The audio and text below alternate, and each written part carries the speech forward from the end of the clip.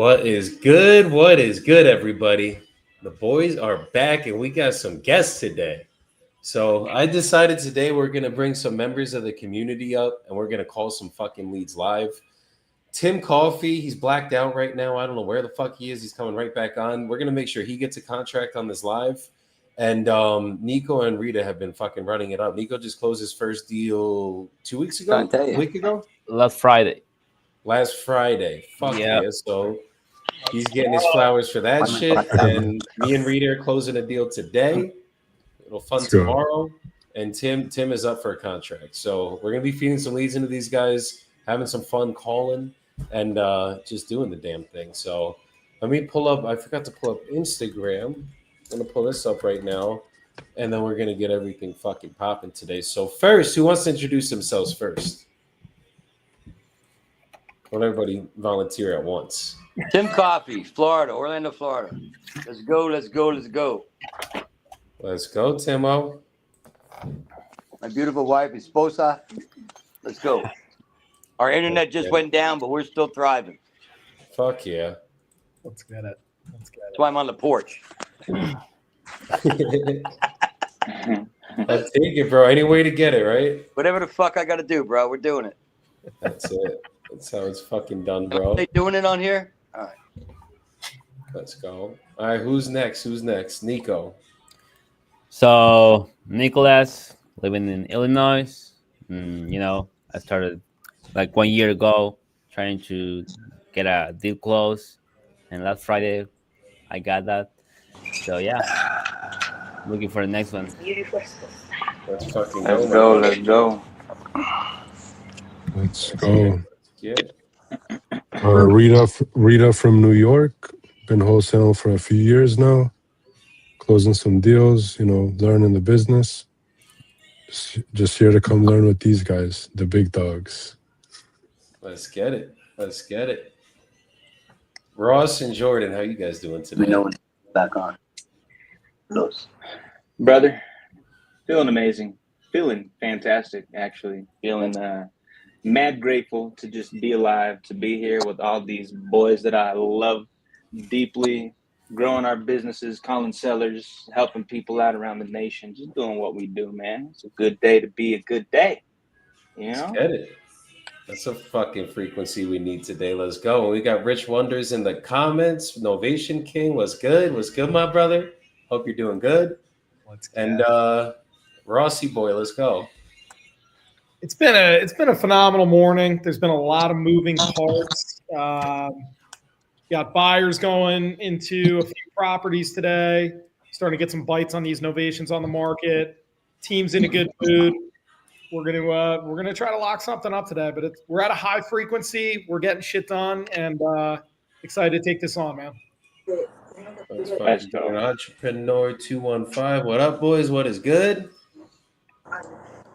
What up, baby? We're going to have some fun today. We're going to get some of these boys some contracts. We're going to get some contracts, and it's all going to be good. So to start off the call really quick for Tim Coffey, we got a portfolio that we got to call. So, Tim, did you text me? Or was it in the private chat that you sent that? I texted it to you. Okay, I got it right here. Okay, cool. Oh. Yo, chat, put it in the comments. Who's locking up the first deal? We got 6 killers on the call right now. Let's see. Jeremy says, I want a contract. Hit us up, Jeremy. We can help you get it. Hey, is this Bobby? Hello? Hey, is this Bobby? It is. This is Joey. You were speaking with Tim about the portfolio that you have? Oh, yes. How are you? I'm good. How are you doing today? I'm doing good, thank you. Good. That's always good to hear. So Tim said you have this portfolio. It's in Ohio. Let me just pull it up really quick while we're on the phone. So is this basically, are these all rented out, or do you have these owner financed to other people right now? I've got about 4 of them are rentals, and the rest are land contracts. Okay. So on those land contracts, obviously people are just paying you monthly payments on those. Correct. And I do get down payments when they're due again. Okay. If I want to continue. So I guess how would you be looking to sell these then? Would you do something creative on your end where we took over what you already have in place? You know what? I am in a process of retiring, so I'm not interested in carrying any financing. I won't be around long enough to benefit from it. Got it. So you're just trying to sell the notes, basically. Right. Okay, that makes complete sense. If you look at I only set them up on 2-year or 3-year land contracts. There's a reason for that. In the state of Ohio, a land contract stays in your name. It doesn't go to the person's name unless there's 20% equity or more, or it's been available for 5 years. So I don't make it available for 5 years because that means that if I do have to evict someone, they had it over 5 years, I would have to go through the foreclosure process, which is very expensive in money and time. If it's under 5 years, which mine are, I can evict them just like it's a rental. So there's a major advantage of doing that. So if you look at my spreadsheet, do you have that in front of you by chance? Yes, I do. I'm looking at it as we speak. If you go over to column O, it'll show you the original amount. P shows you what they still owe. Q is an update, the date the contract starts. And column R is the date the contract ends. So most of these that I'm doing now, I put in there a 3 to 5% rent increase every month of the 3 years of a land contract. And the tenants pay for their own repairs. I don't do their repairs. And it works out very well for me. So you can see that I've got some coming up. That first one you're looking at, Buena Vista, it ends on 2/1/2026. So I sent them out a letter, which I've got one ready to go on December 1st, every 60 days prior to their end date.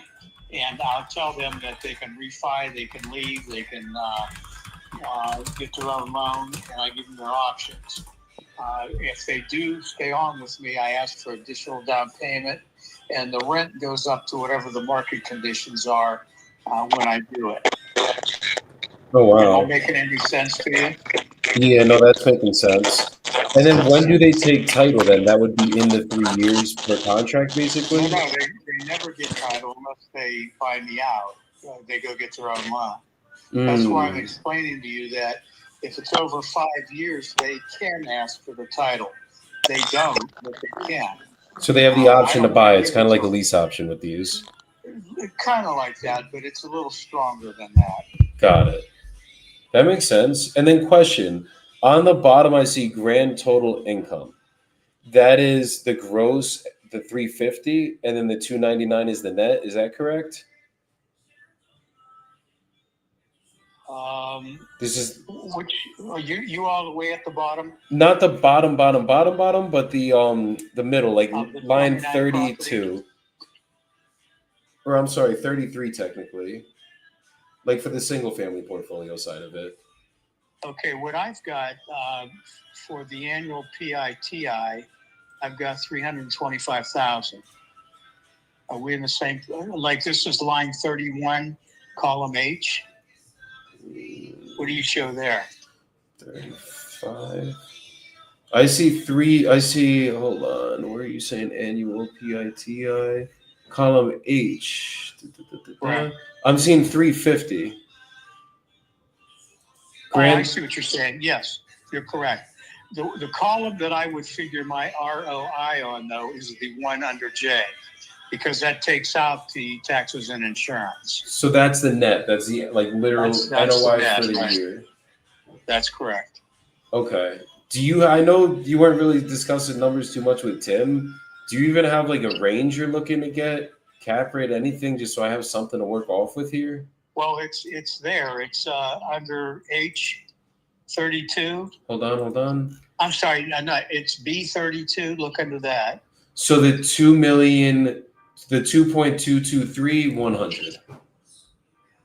Well, it's got 2,250,000 on mine. Wait, what am I missing? That's for the houses. Yeah, for the In houses. commercial, it's another 220, 275. So 2,250,000, you said? 2,250,000, right? Are you looking under B32? Yeah, right now I'm on 32.0. Oh, okay. I'm sorry about that. It's right there. It's under 32A or B. Yeah, okay. Sorry, there's a lot of numbers. Sometimes my mind just starts going. That's no problem. Sometimes these are hard to pick up on. Yeah, 100%. And I'm good with math usually. I was a finance major in college, but we didn't pursue that career for too long. So Yeah, I should learn from you then. No, we're just good on the real estate side now, and you obviously have the big portfolio, so I got to learn how you figured out to build this whole thing up, because this stuff's great. Okay, so you're basically looking for about 2.25. Give me 2 seconds then.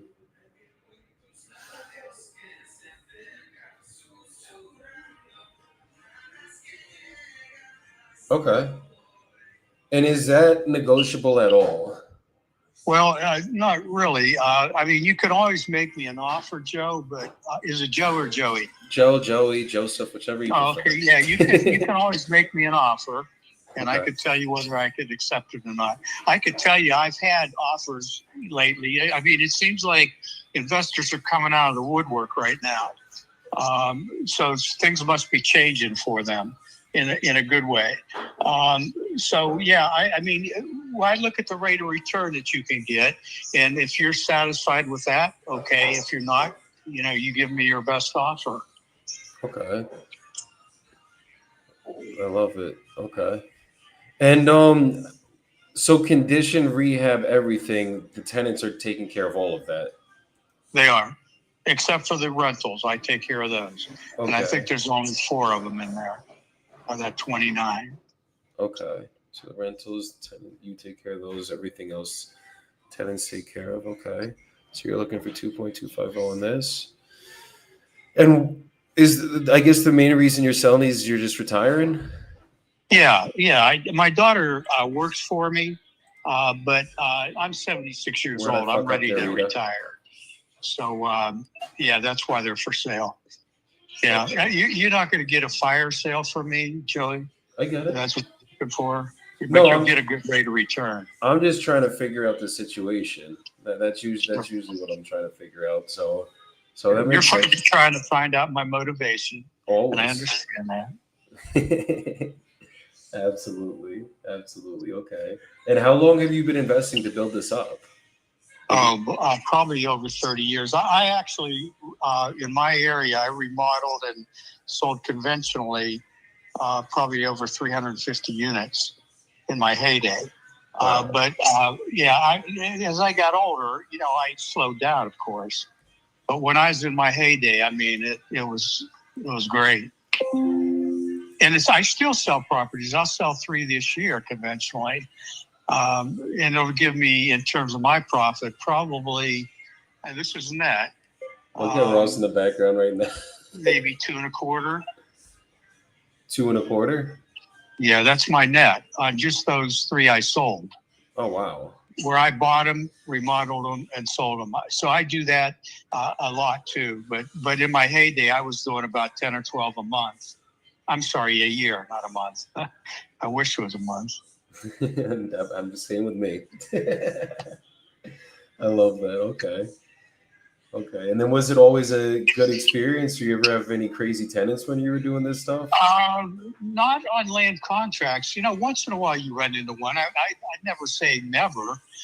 But when I was doing the rental business in this area, it was a revolving door. They weren't even making it past their first year on a lease. And I was going in and remodeling again because they didn't take care of it. My tenants here, I've had tenants in here 20 years. And they paid off the house 5 times already. So, yeah, I mean, it's all different. Most of my land contracts, I will tell you, stay a lot longer than less than a year. I've got them, like I said, I've got them 2 and 3 years leases, and that means you don't have to go in and fix them up again after 1 year. And for me, it works out good. You got to determine if that's right for you. Yeah, no, definitely. For my buy and holds, anytime I'm taking stuff down, I like to do little stress because I started off in wholesaling real estate. That's like what got me into the business. And Yeah. that's very high stress because the type of sellers you're usually dealing with are not always the funnest. And we have title issues coming up every single day. Just a lot of barriers to get through. So when it comes to buy and holds, the lesser the stress, the better for me because Absolutely. And I came out of retailing. I was a vice president for Macy's. And the stress in that job compared to the stress in retailing is like, or the stress in retailing as opposed to the stress in real estate is like night and day. There's hardly, for me, no stress because I'm so used to stress. Yeah. So, I mean, for me, it's been great. Definitely. No, you kind of get used to it. I mean, I've only been doing it for 5 years now, but like the first two, I remember my first couple deals I ever did was like you thought somebody died the amount of stress that we had, and then now it's like I know it. a big When you problem first comes start up. out, I can understand that. Absolutely. Oh yeah, and then now we're at the point where it's like just part of the course. My wife than it got to me. Stop. We got through it. I love that. Okay. Yeah, what changed everybody's thinking, including hers, was when the checks start coming in. That's And exactly then what it boy, is. this is pretty good. I could deal with the stress for this kind of money. Absolutely. The more money you make, the more stress you can take. It's so true. It's so they always say bigger, more money, more problems, but I mean there are going to be more problems with it, but you're able to handle it more. So I can definitely see that coming true as we're going through the business right now. And was this full time for you then? Like you weren't doing anything else for business? I started it. Oh God, I retired from retailing when I was 48 years old because of the real estate. But I started investing at about 40 years old, 38, and I was investing for 10 or 12 years while I was working. Because I needed somewhere I was making a lot of money at the time, and I needed somewhere to invest it, and I wasn't happy with 1 or 2% from the bank and maybe 4 or 5% from mutual fund, from money markets. So I found this. I get anywhere from 15 to when I was selling them, I was making up to 40, sometimes 50% on my money in a year, within a year. Now you can't do that very well anywhere else. So yeah, it's been good for me. So you're on the right track. I mean, you're going to be wealthy if you stick with it. There's no question about it. Trust me, I've been broke for so long trying to figure it out. We finally had a very good year last year and this year, thank God. But there's no quitting me now. Trust me. Like this is all I've done for the last 5 years, and it's going to be all I do for probably the next 30. Yeah, that's great, especially if you're doing it full time, because it really doesn't take full time. If you're doing full time in this, you're doing something wrong. Definitely. Well, I like doing it full time, putting it all in so that I get there quicker. You know what I mean? Because if I have my time invested in real estate, it's like a smorgasbord. There's so many different avenues you could take, from wholesaling, retailing, lease options, owner financing. I mean, it just goes on and on. So commercial, triple net leases, freaking. Yeah. Yeah, that's the thing that made me very attracted in it. I was doing insurance and financial planning first, and it was just too salesy for me with trying to convince people to buy life insurance and all that. I was with Mass Mutual for about 4 years, and then I found real estate, and it's very simple. It's either you want to sell or you don't want to sell. There's no gray area or weird area in this business, which that part I love. And you know, another good thing too, Joe, is you can control real estate. You go into the stock market or you go into some of these other investments, well, it's under somebody else's control. With real estate, now I have stocks and bonds and all that BS, but with real estate, I control this. But with the other ones, I'm worried about somebody else controlling it. And whenever you lose control, along comes wasting time and money. Absolutely. It's like one president or one person says one wrong thing with the company and your stock plummets. And you just see your money going up in a blender sometimes. Obviously, if you don't sell, it doesn't matter. But still, it's like that's not. Yeah, I don't want to be 50, 60 years old, having to look at the news every day, watching the stock market, hoping my money's still there. Right. Yeah, you definitely need to be in the stock market, but you need to have enough income so you can last the long term, because long term stocks will work out for you. But if you're in a position where you can't watch without stressing out the ups and downs of the stock market, then you shouldn't be in it. Not at all. Because it's going to go up and down. There's no question about it. It's down right now. Oh, yeah.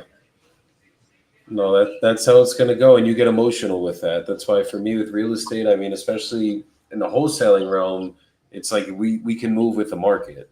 Even on the buying end, you can move with the market as well. So it's like as long as... And you can make money in any kind of economy. You just got to adjust your strategies just a bit. Absolutely. Absolutely. No, that's very true. Okay. So with these, what I'm seeing, if we were going to do it, like there's two ways I could do this. Obviously, I know you said you're not really looking to hold any paper because you're trying to retire. If we did it where I did come up with a big down payment, is there any way you would consider financing any of it, or is that just out of the question? You know what? It's a good question that you have, and sometimes people will go along with that. I do that a lot. But in my case, no, because we made good money and my daughter runs it for me. So there's no stress for me. I just get involved if she runs into something unusual, and she'll call me to ask me what to do. So, yeah, I mean, it keeps her, I pay her, she makes over $100,000 a year from me. And I keep her in that job. So, no, I'm not really interested in carrying the paper on it. Got it. Now, I might do that if I had a large down payment for the commercial part of it, but not for the residential. Maybe we could. People have to look at, when you buy good deals on wholesale, you have to start from the beginning. You have to fix it up to rent it or whatever you're going to do with it. And you have to go find a tenant. Well, this way they're all there. Exactly. So yeah, you don't have to worry about all that. How long would you be looking to get this closed in? Or I guess the question is, how long would you give me to close this in? You can take as long as you want, but within reason, obviously. A long time. Say it again. Pardon me? No, what I was going to say, I've been at this a long time, and I get all kind of requests for all kind of deals. Yeah. And, I'm creating myself. That's one of the good things about being in real estate. But what happens was they want to tie my property up for 30, 60 days and then go out and find somebody to finance it. And I'm not interested in that. If you have the money, you call me up, we'll do the deal. My property's these 29. I'd say they're probably 98% ready to go. They're already at a title company. We've already done the title work. So it's like if you called me tomorrow and said I want to close next week, I could do that for you. But if you want to send me an offer that says, Bob, I need 60 days to close and I need an assignment clause in there and all that, I'm not interested in it. Got it. I want to know if you're ready to go. I need an assignment clause in any business will ever do, because even when I buy it myself, I'm going to make an assignment fee on the deal and I'm going to use that as reserves. And you don't pay me that. My lenders pay me that. So like if we're going to do this, the assignment clause we would need in there. And typically the way I would get this done is, for a commercial deal, for a portfolio deal, $2 million, I'm probably going to bring in a commercial lender to fund this for me. And all I would need from you is just the ability to be able to do that. And as long as you are willing to work with us, then we could probably get this done at a reasonable price. Okay, but I can tell you right now, Joey, I'm not interested in that. When you get your commercial investor and he has the money, I have the property. I'm talking about a lender, though, not an investor. Obviously, I'm going to raise some money for the debt. Whoever it is, if you get the money and they say, okay, we're 100% ready to go, I'm ready to go. But I'm not going to sign another contract because I've done it several times already. And what happens is you say, well, I need a deposit. Well, the deposit never comes. So, I'm down to, I've been doing this a long time, so I know all the tricks. Yeah. Well, I don't know all the tricks, but I know. You know most of them. Yeah, so I'm not interested in doing that. So I want you to know up front so I don't waste your time either. Yeah, I don't want to waste your time in any way, shape, or form. What I do know is from what it's netting, I think we can work a good deal out here that would win for both of us. I just need to make sure I could get it done for you. And like, if we're gonna do it, I would definitely need at least some form of due diligence time. I got to send some people over to go walk everything just so I know what we're getting into. And unless, look, if you have someone that's ready to go in the next 30 to 60 days, go with them, obviously. I don't want to hold you up or waste your time. But if you could give me the time to be able to get this done, then I think as long as we agree on numbers, we could get this done together. But it's just like, we got to, I don't care what I'm buying, whether I buy from a realtor, a direct to seller, wholesaler, we're going to need a $2 million deal. We're going to need some time to get everything together. And like, the only way I'm going to get it together, I can't even show it to a lender if I don't have a contract in place. We both know that. So that I would definitely need a contract. That's not totally true. That's in your world. In my world, it's a little different. It's what I'll give you a good example. When I was remodeling all these houses, I'll start from the beginning. First of all, I worked with a lot of real estate agents to buy my properties at the prices I wanted.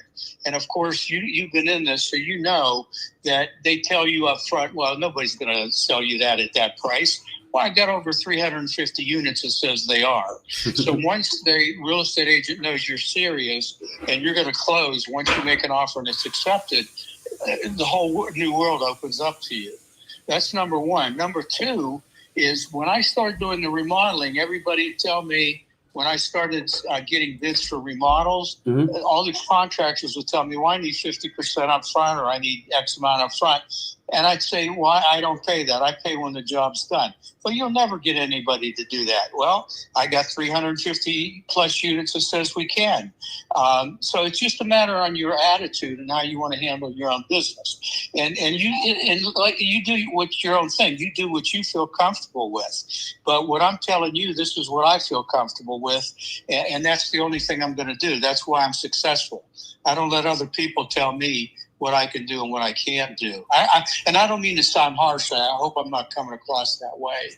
Yeah, no, you're not sounding harsh at all. I completely respect you. Like me and you are kind of exactly the same type of people. So I get exactly what you're saying. I have my ways of doing it. You have your ways of doing it. And that's what's made both of us successful. Obviously, you have a lot more experience than me in the business, but 100%.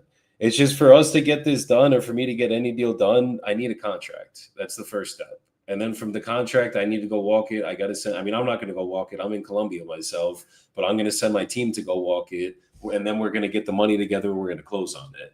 And the only way I won't close on a deal is usually there's two reasons. It's either three, I'll say.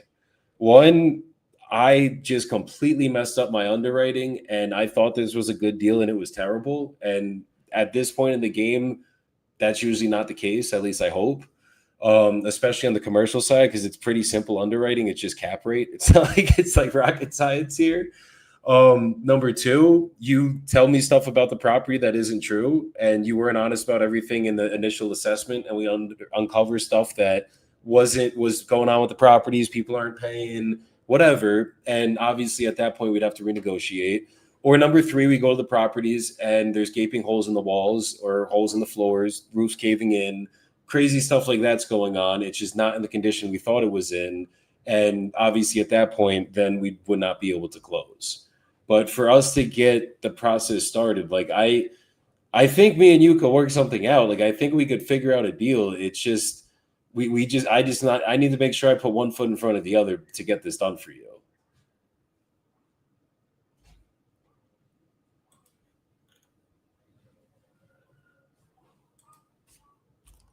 He either lost connection or he's thinking.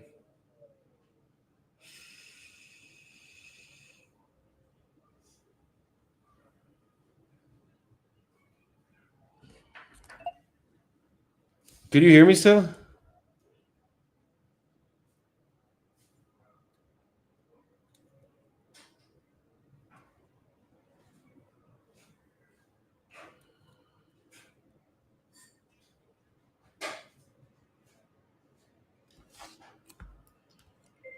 Def just lost connection because he's still here, but I can't hear him and he can't hear me. Hold on. Everybody fucking grinding and calling right now, though.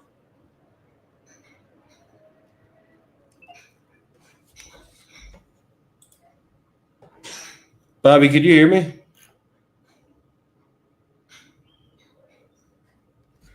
Let's try calling him back. Yeah, this is gonna be a tough cookie, Tim. That makes it worth it, right? Hello? Hey, Bobby. Oh, hi, Joey. I don't know if it's my phone or not, but I lost you for a couple minutes. No, it's okay. It's okay. What was the last thing that you heard?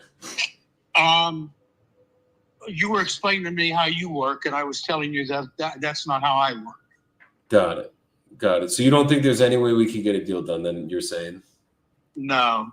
I mean, 30 days. You couldn't give me. Chances of me selling this in the next 60 days are not real good. Now we're going into the heat of the season when you get to January, February. Yeah. So things are going to change.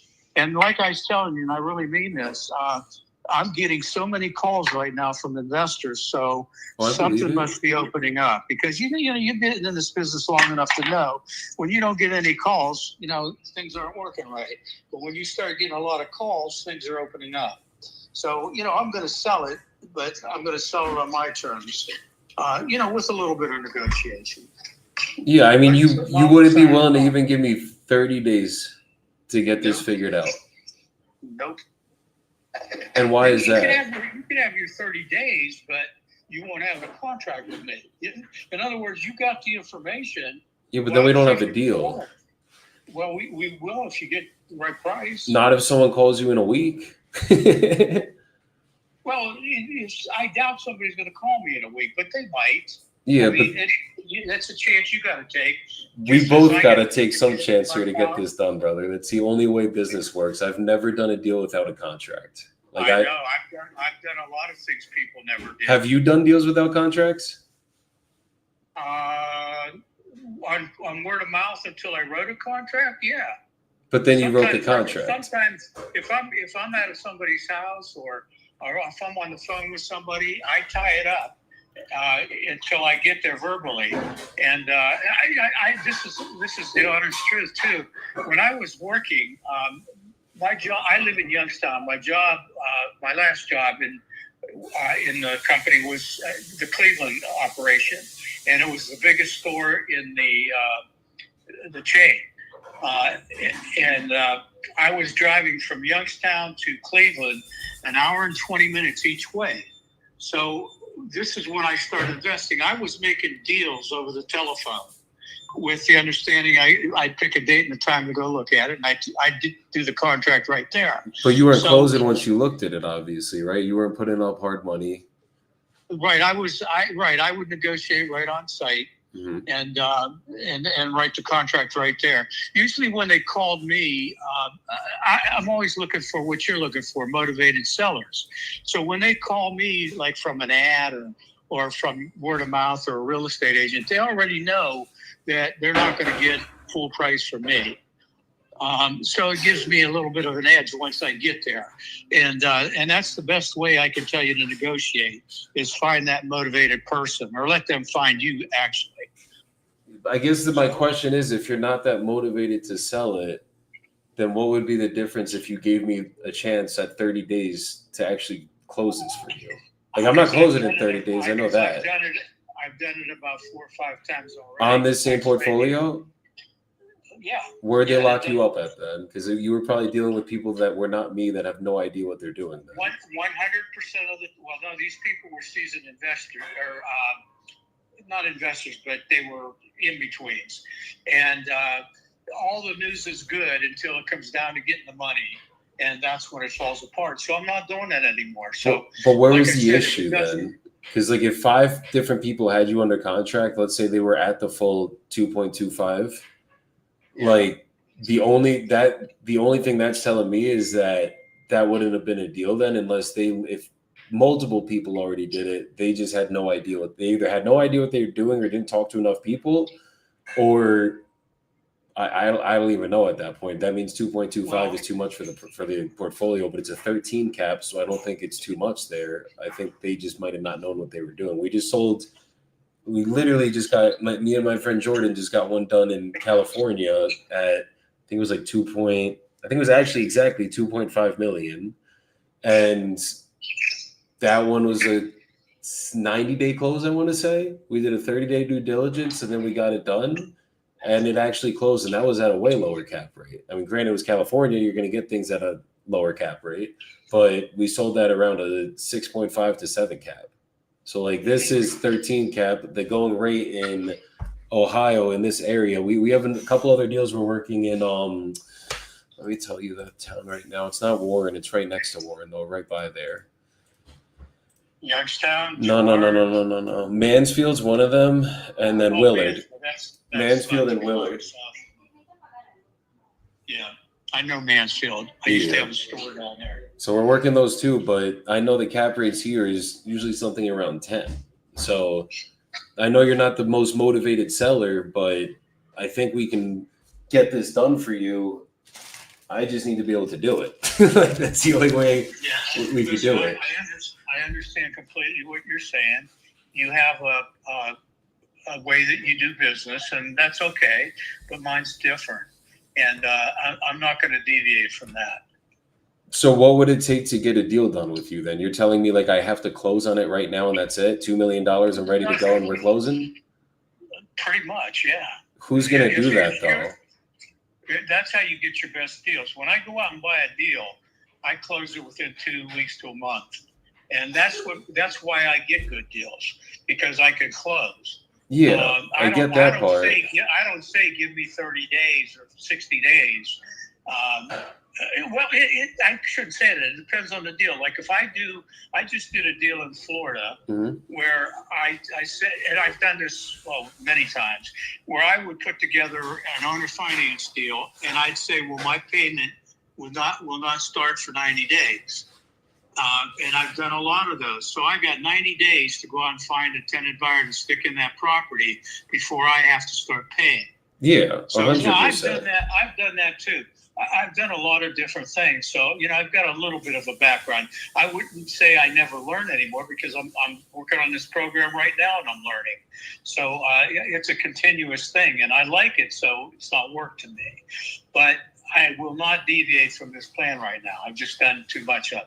I got you. So, I mean, the one thing, look, if we don't get it done, it's all good. We have many other deals to look at right now.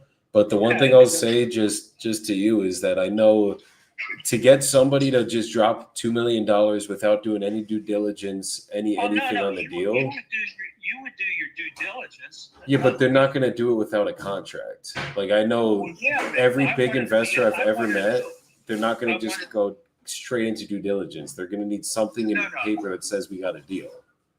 I understand that part. But what I'm saying is I want the financing in place, that you got the money. I've done things like I get letters from banks and people that I don't even know who they are that says this is my proof of funds letter. Well, that means nothing. Yeah, that's irrelevant. Okay, I can write one up right now for you. I know you could.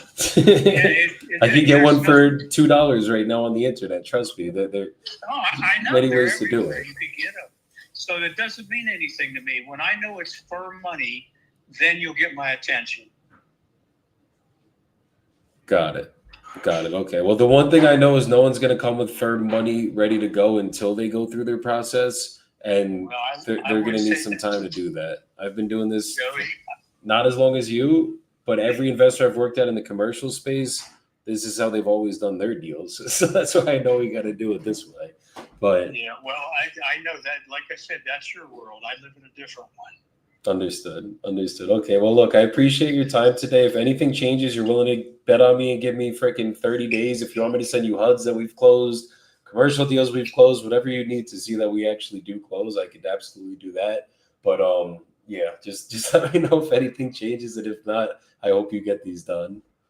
Okay, well, same goes for you. Thank you so much, brother. Thank you so much. You're welcome, Joey. Thanks for calling. Absolutely, Bobby. I really appreciate your time. God bless, brother. God bless you too. Thank you. Thank you. Take care. Bye-bye. You too. Bye. Yeah. So, look, good, bro. That's one of the annoying part about this is that is a good fucking deal. That's the annoying part about it. But it's like, bro, I'm not going to go market this deal. I'm sorry. I love you, Tim. I want to make money with you, brother. but there's guys, he's not willing to work with anybody. He's a hard ass. You know what I mean? That's what it is. So that's one of those guys, Tim, we're going to keep in the follow-ups. And eventually, on a better day, he might be willing to work with us. Yeah. Yeah. That's all. Like, just keep trying. That's all you could do with a guy like that. There's no other way around it. Yep. Yo, Joey. Was good. I got a lady who got a short sale. I don't know if, I guess we can talk about it offline. But already approved? No, it's not approved. That's the thing. But it's a short sale situation? Yeah, she has like a 200K HELOC and a 100K mortgage. Oof. Yeah, it's tight. The numbers are tight, but I don't know how it's going to work. She's really nice. It's in Port Charlotte. Right? She's ready. She's driving and she's ready to talk. I just didn't know how to maneuver it. She sent me a video. You want me to send you the address? Payoffs. We could look at it as a sub 2. See if she could send you the mortgage payoff statements, and then we'll analyze it once we have that. Okay. Yeah. See if we can get that first. That's usually how we're going to do a deal like that. Yeah. So I would call her back and get those, Rita. Okay. And I got a lead for somebody. They just sent me a thumbs up. It's not like this is like the hottest lead, but I'm going to put it in the chat. Tim, are you at your desk yet or you're driving? You're out.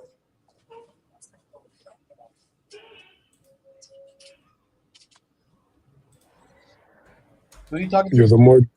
You're at your desk? I'm down. I'm down on internet. I have no internet.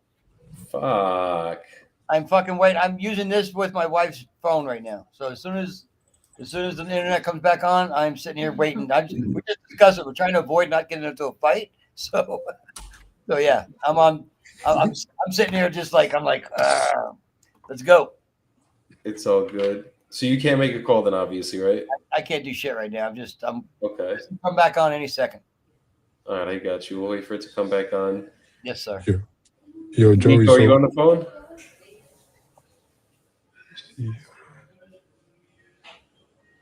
I don't know if he is, but he got the whole recording studio set up right there. Let's go. All right, what's good, Rita?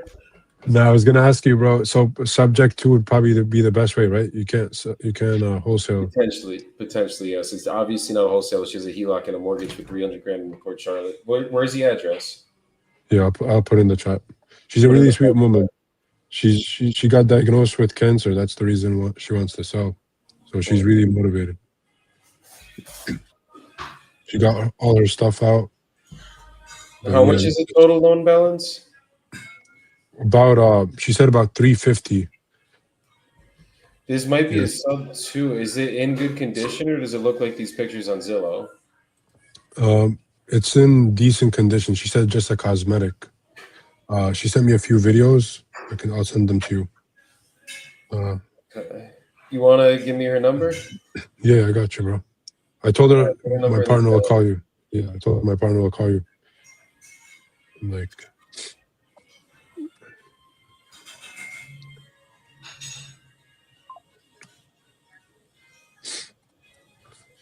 she's moving to Tennessee, bro. She already got her stuff out, but she's moving to Tennessee. And the house is pretty much cleared out. She was thinking about listing it for $350. Let's go. I got a little care package while we're sitting here. This is going to excite Jordan for a second. What do we just get?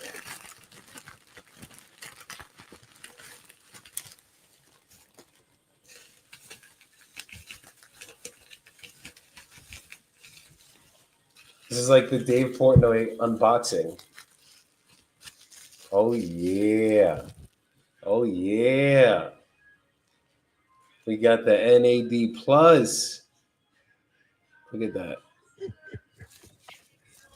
Let's go. Amor, sostener esto es nada. This is the shit right here, guys. For energy, recovery, all of it. Make sure you guys research NAD Plus. What are its benefits? How much is that, man? All right, well, I gotta be a child for a second, guys.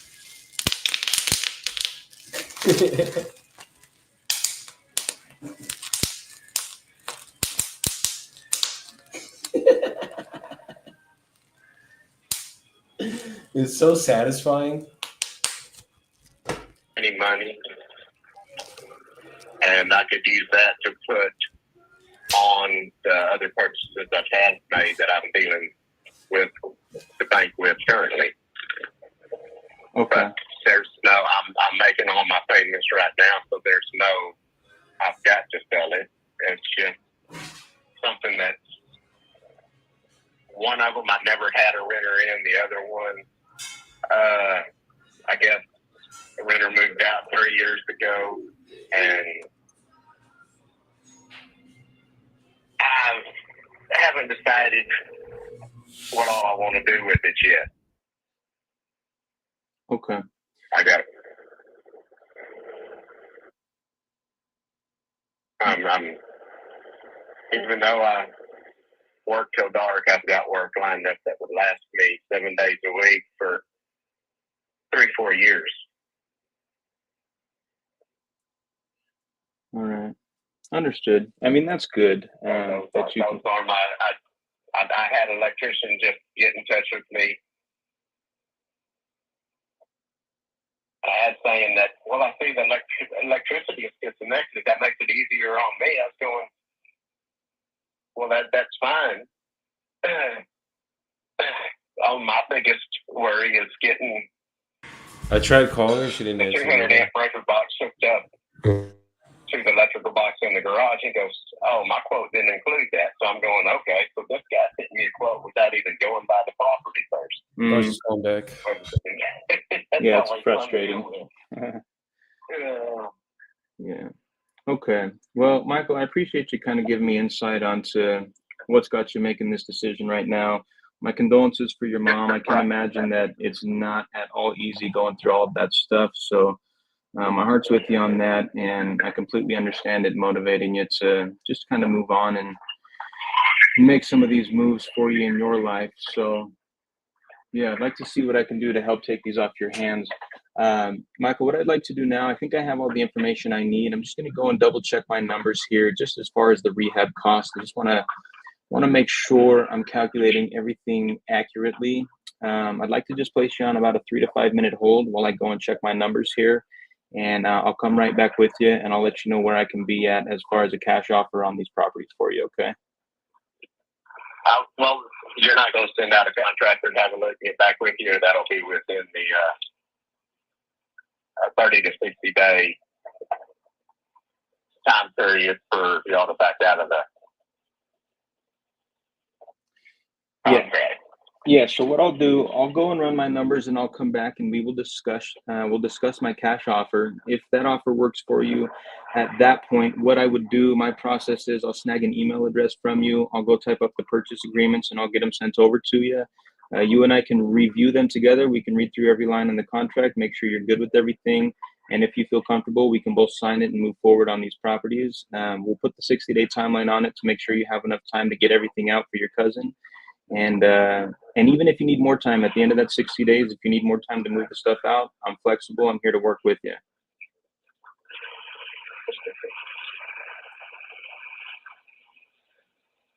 Well, that sounds good. All right, sir. Cool. I appreciate it. If you'll give me just a few minutes here, I'm just going to place you on a brief hold. I'm just going to go double check my numbers. And if it takes me any longer than 3 to 5 minutes, I'll just pop back online to let you know I'm still working here. Okay. I'm not even sure. I've got to go sandblast. And I've about moved all the parts that I can actually get away with moving while being on the phone. Okay. I can give you a call back in a few minutes. That's no problem. Well, I'm probably going to be blasting for about 30 minutes to an hour. Okay. So, well, if you want to go ahead and touch base with me again after you crunch your numbers and let me know what you come up with, that'd be good. Okay. That sounds great, Michael. Let's do that. You go and do what you got to do with the sandblasting. I'll just shoot you a text when I'm ready, And as soon as I hear back from you and you got a couple minutes to hop back on the phone, we'll go over my offer and hopefully get that agreement over to you, and we'll get the process started for you. Sounds good. Thank you, sir. All right. Appreciate your time, Michael. We'll talk soon. All right, Joey, say it. I saw your face. Is he on a call? Okay, he's talking to somebody else. That's good. Yeah. Okay, listen. I feel like those are a lock, bro. This guy just wants $70K for each of those properties. I got an ARV of 201 and on like 210 on the other. They do need full guts. I'm thinking rehab 70, 80K. That puts me right about 60, 70K offer price. All right. I'm gonna run these for you, starting with the first, Jordan. Yeah, check him out, because I think obviously he wants 70. I'm gonna hit him at 60. I'm gonna let him tell me to fuck off, and then we'll probably lock him at 70. So you want to start with 701 East Pine? Yeah. All right. That one has the most comps. The other one is a little more spread out as far as the comps I was able to find, but Like, it looks like you should be good on this one, Jordan, but I think you need it lower. It's like anytime a seller's asking 70 and like we just lock it up at 70, I've never moved those deals. no, and I feel that I want to hit him at like 50, 60 just with the offer and just see his response to that. How big is the house? Pine Street is Tokyo Terrace is 1,200. 1,600. 1682 square feet. I'm seeing an average sale price in the entire area, 206. Yeah, I got 200 on the ARV on that. But you said it's a full gut though? Yeah, I'm estimating about 75K on a remodel. That's including foundation, roof, electrical, plumbing. 104 on the rehab. Off the square in RJ's calculator, off the square footage on a low price end, it's 104,000. Yeah, I got 100 to 108 for Rena. So I'd say you probably got a titanium calculator. I mean, when there's no cash comps, yeah, it's at the very least, it's gonna hit you on the like higher end of where you need to be. What do you mean by that? Like the rehabs, I feel like are always accurate on this shit. I've never really had any issue with rehabs, and 1,600 square foot for a full gut job sounds pretty accurate.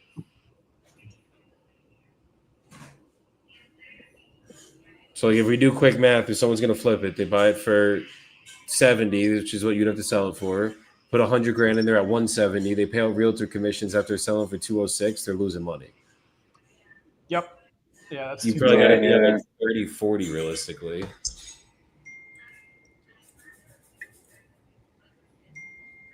Yeah, you need it. Your MAO would be like 35,000 on this one. Shoot that shot. Because you could sell it. I think people are going to be buying at 45 to 55K. Yeah. Like maybe you could push it for 60, but I think even at 60, like if I put in the flip calculator at 60, if they bought it at 50, they're only making 27,000 on their flip. I feel that. So this is not for the sake of argument, not being argumentative here. I just don't love the hard square foot calculation for rehab.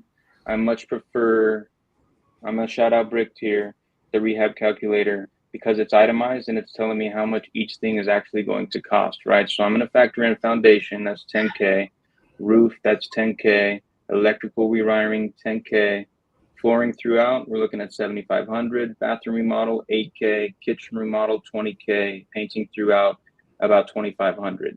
On a full gut, what else am I missing? Roof, exterior?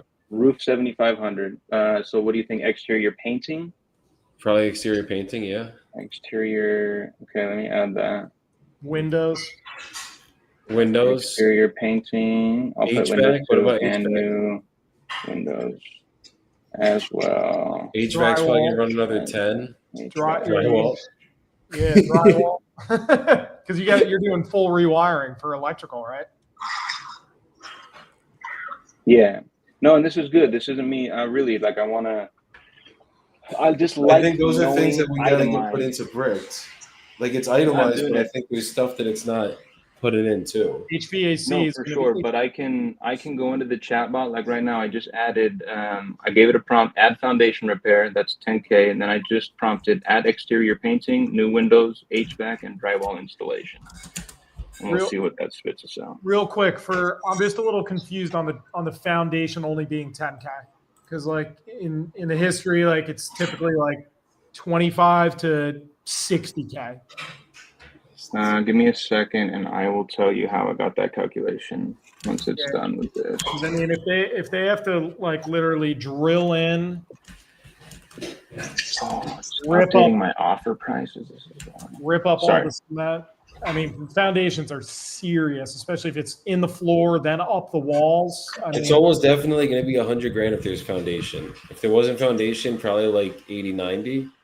I agree. Foundation is like, think about it. Like a full gut normally in Jersey, we're not in Jersey, we're in Texas, but in Jersey, a full gut is $100,000 on a 1,200 square foot home, right? Mhm. Granted, they're using I get that. materials, nicer finishes, but like, and we're down in Texas, but here, let me see this right here. So it says Phone a here, friend. just to answer your question, Ross, foundation repair was calculated at 10,200, 3,600 for materials, 6,600 in labor in West Texas. But I guess the question becomes, how extensive is the foundation damage, and like what work needs to be done? Is it just a lift? Yeah. Yeah, foundation is such a slippery slope because, Mm-hmm. like, we just had intended. this. We were looking at this deal in Arkansas, right? He had a foundation expert. Seller said probably like a 20K foundation thing. He called back like 2 days later, 70,000 for the foundation. Like the whole shit was screwed. So like that's how much foundation can change the entire. That could turn it from deal to no deal in just getting one professional to the house. You know what I'm saying? Absolutely. That makes sense for sure. And with the foundation, it's hard to assess the extent of that damage over a phone call. You really got to get somebody up in there to take a look at it. Okay. So yeah, now that I added exterior painting, windows, that got me up to a repair cost of about 86 to 90K. And that got my offer price down to 40K, which is sick. I'm going to throw this out there. As I've been talking to this chat bot, I already used my offer calculator. It already spit out my offer price. As I've been adding to the repair and the rehab cost itemized, it is automatically dropping my offer on the screen. That's dope. That is awesome. So, all right. Yeah, Ross, you're right on the money with my brother, about 35K, 40K. Yeah. It just and just let them know, like, as soon as foundation's involved, not only are the majority of our, just say money partners, or we raise money for every deal, most of them are going to back off completely as soon as they hear the word foundation. So that slims our lending pool. But if it's worse, that could make or break this entire deal. So we're really already kind of with our backs against the wall at that price, Yep, I hear you. Okay, so I'm gonna offer him 35 on Pine Street.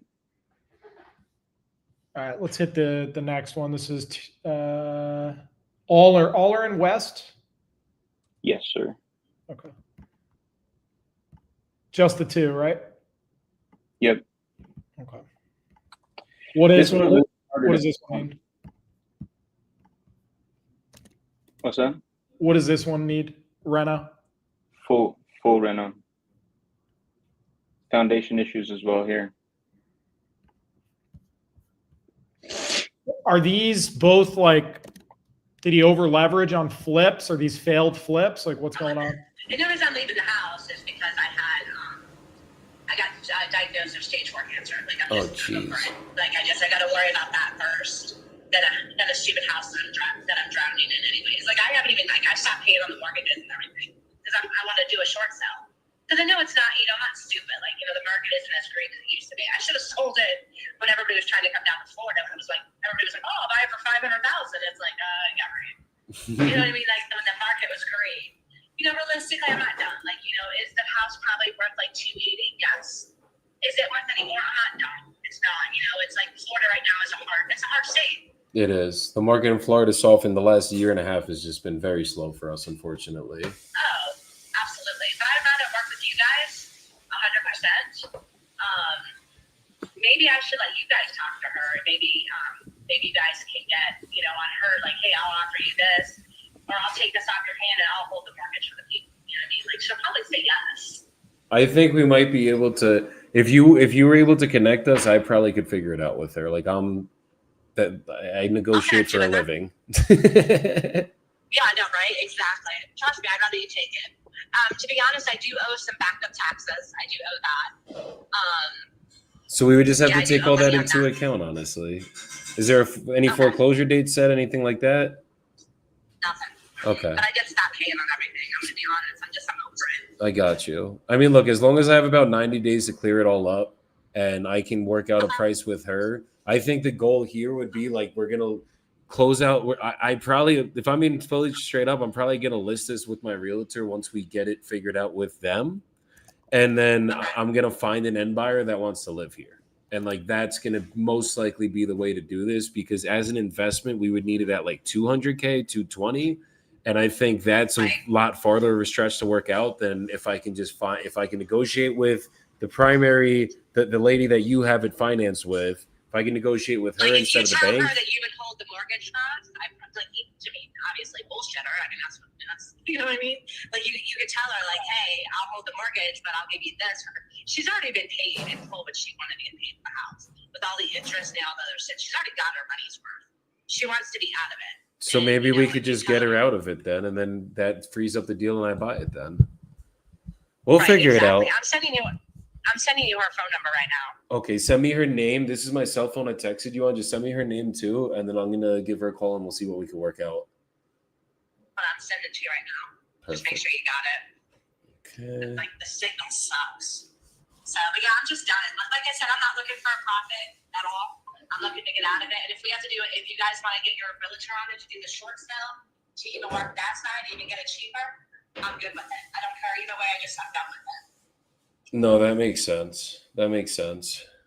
Okay, I don't even think we would have to do the full short sale. I think the short sale is going to be with her. And then that's not because it's a private loan. It's not a bank loan. We don't have to go through a formal short sale process. I just need to negotiate with her to get her down. I guarantee you she'll say yes. I promise you she'll say yes. She wants out of it like so bad. I'm going to tell her $1 then, and we're starting there. She'd be like, sold. You know what I mean? Like she'll work with you. She's great. She's a really nice lady. Okay. Just tell her that you've been talking to me and just say you're an investor and you want to buy the property and you'll hold the mortgage for me and she'll work with you. Okay. I wouldn't even say all that. Just say you're willing to hold the mortgage. You know what you do. I don't even tell you. It's your business. Where does she live? What's +3-4? I don't know what that. I don't know. I have to look it up. I think. Hold on. I can tell you where she lives. My friend's on Facebook. She's a super nice lady. I don't know where she lives. Scotland, maybe. I don't know. She lives in Spain. Spain. There it is. España. Okay. She's super nice. And this woman has so much money. Like her dad owned a bunch of houses here in Florida. And like there was like 15 of them at one time or 20 of them. And she sold them all except mine. Oh wow. She's very much wealthy girl. I'm gonna call the wealthy Linda. We're gonna work this out, and then I'm gonna call you back once we do work this out with some good news, and then we're gonna get this figured out for you. All right, then I won't talk to anybody else. I'll wait for you to call me. Absolutely. No, yeah, don't talk to anyone else. Don't sign anything with anyone else. Just give me a little bit of time. I might even send you like a quick purchase agreement just to kind of hold this in place for right now. I'll just say like subject to figuring out the mortgage. And if you're good with that, just so I could go. You don't even have to send me that. I'm good for my word. I will wait for you. I got you. Let me try calling her. It might be. No, I could call her right now. It's probably about like 7:00 for her. So this is probably a good time. All right. Sounds good. Okay. We will talk. I got you, Joy. We will talk soon. All right. Bye. Take care. Bye-bye. Yeah, let's go, bro. She's a sweet woman. I'm probably going to get her to do a contract anyways, just so we can lock this up. But let me go talk to this lady now and see what we can't figure out. Let's get everyone off really quick so we have me and the good old. Wait, where the fuck do this? Let's go, bro. Yo comer almuerzo aquí, mi amor, está bien. Pero yo tengo este nut. Sostener esto en el refrigerador. It's the hardest word to fucking say in Spanish. Nah, bro. She's ready to work with us, bro. 100%. She's on the phone with me, the king. Close it. Get it done. Love it, bro. Ito saying, hola, mi amigos, Utah baby. Jordan, let's link when I get back in Utah in 3.5 weeks. Jordan, you have anyone looking for a homestead? 3 beautiful homes in Lehigh, 2022 builds for free, no closing costs, no realtor fees, no down to seller. I have 2 on a wrap principal only, 8-year balloon. And the other hybrid between sub 2 and seller finance on a 4.2% interest on the mortgage portion, 0% on the seller finance portion. Edith, send me those fucking deals. Let me see if I could fucking help you with those. Lehigh Acres, 2022 builds for free. Yeah, bro, send me those. I could probably figure those out on the creative end because I'm the creative guy. And Ross is back. And Jordan, hop back in. No, send me. Ida, ignore the shirtless guy. Send me those. I literally got creative agents working on my house right now in West Jordan. We're moving to Eagle Mountain. I got investors 4 days for anything creative in Utah. Lehigh Acres. Is that not Lehigh Oh, Acres? it's not Lehigh. No. That's Lehigh, Utah. That's literally. Oh, yeah, no, fuck no. I don't want to touch Utah. That's your state, bro. I'm good. Yeah. I had to hop in. What are you talking about? Lehigh Acres. I'm like. I was in the bathroom, bro. I literally heard you in my ear. I was like, Jesus, I got to run out of the bathroom and hop back on the live.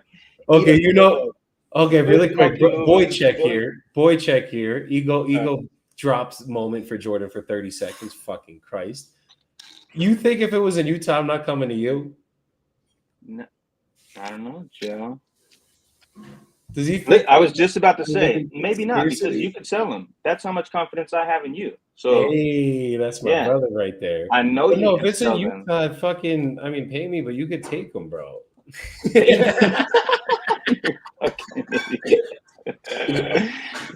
No, Ida, for sure. I can help you on those. Yo, is Lehigh where you want to live or no? It is about 10-15 minutes east of where we're looking. We just walked the house. It's in Eagle Mountain. Oh yeah. Go look at these fucking deals, bro. Oh yeah, actually we could look at it. Yeah, Jordan's literally looking for some shit right now. I think you might have found your buyer. He's right here. Yeah. 10K down to Joey though. That's all you got to do for fucking putting the goddamn thought in your head. Fuck. Yeah, hit me up, Ita. And I didn't even think about that. We might buy him. We're looking right now. My family and my mom looking for a place. It's got enough bedrooms, and if any of them have a mother-in-law, high-ass ceilings, all have 3 legal ADUs. Oh, send it for real. We're literally looking for properties with ADUs to buy ourselves. So, it's in Eagle Mountain, bro. Please send that. Hit me up, DM me immediately. We'll walk them like this week, next week with my agents for real.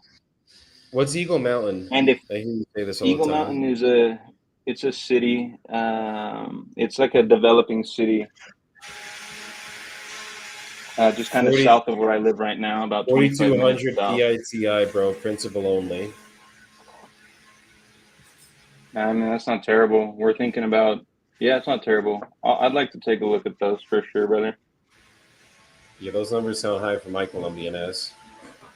For sure. I mean, Utah's kind of a crazy market, but I'll also say the ones, if we're interested, we might buy them. If not, the agents I'm working with to sell and represent us on the buy side, they are extremely creative.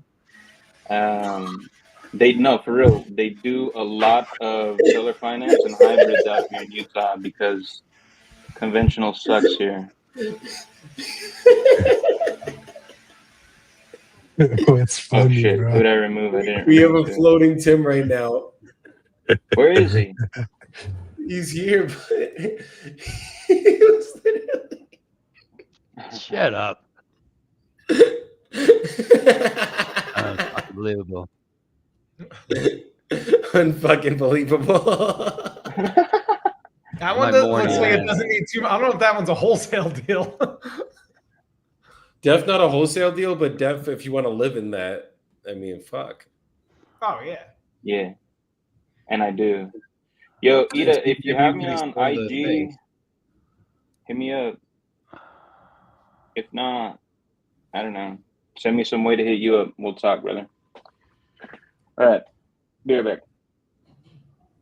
Dropping some kids off. Let's go.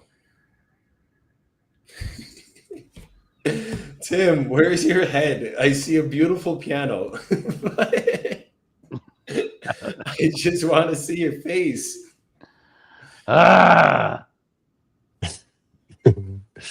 We got all background, no skull. There we go. There it is. There we go. Tim, just put the camera down a little bit. Just like. Yeah, I'm well aware, man. Don't. Now's not the time. I got a lead for you if no one else called it, though. I got a lead for you, buddy. I have no phone. No phone. Oh, still no right now? Nothing. Oh, fuck me. I thought you had service back and we were good to go. Mira, this is the light I got. My phone is my light. Fuck. You'll get it figured out.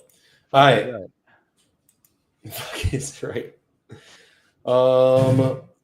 Rita, did you call that lead then? No, I didn't call it, bro. I have many more for you guys. I gotta call Linda in Spain right now. I'm gonna call this one. Jordan, was that house a pier and beam or a slab foundation? The Texas? Yeah. Not sure. I can clarify. ¿Por qué? So we need to know that to figure out how much the foundation is. Very important. Yeah. I'll ask him. I'm gonna call him in a bit, hit him at 35, but I'll ask him about the foundation type before I hit him with the offer. Which one's more expensive? Ignorant question, just sincerely don't know. I would imagine a slab. Wait, which one's more what? Let me know when you're done texting. What? Is a slab more expensive to repair than a pier and beam foundation? Yes. Yeah, that makes sense to me because it's fixed concrete. Okay. Yeah, I'll hit him. I'll hit him up. He said to text him. I just want to call him.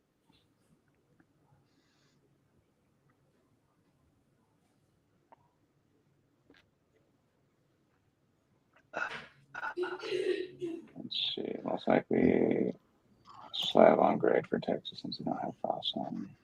True. We're all waiting. True. I'm wondering why Poja's not up in the community, bro. This guy's a closer. He's got all this information. He's a wealth of knowledge. I feel like it'd be really nice to have you in the community vibing with us every week, brother. Holler at us, man. Come on.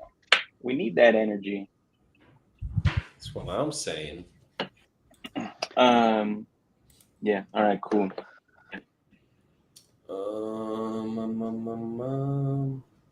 Oh yeah, Linda. Got sidetracked. Listen, Linda. I'm gonna give you $1 for your loan. Mm-hmm. Let's see.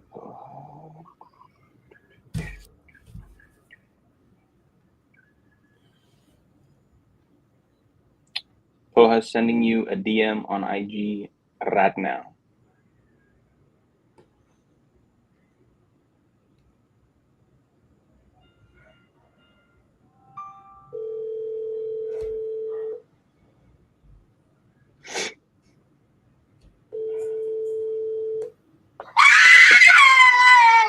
Hello? Hi, is this Linda? Yes? Hi, this is Joey calling. I was just speaking with Joy about the property that she had you as a lender on. Yes. How's it going today? Good. I have a screaming baby in the back, but let's see. Maybe she'll let us talk. Or could you maybe call in like 15 minutes? Yeah, I'll give you a call in 15 minutes. That's perfect. Okay, perfect. Thank you. Talk to you soon. Thank you. Talk soon. Bye-bye. Bye. She sounds so nice, though. Oh, yeah. She's a sweet lady. Like, oh my god! Dude, I love how the timing of the pickup of the phone to screaming baby. Dude, perfect. It was like, I started screaming because I called. I thought someone was getting their ass kicked first. Oh man, I'm saying. All right, let's see. All right, let's call this dude. My boy said 80K-ish on rehab if it's a slab. Well, for the foundation by itself? No. Oh, 80K Jesus Christ. total.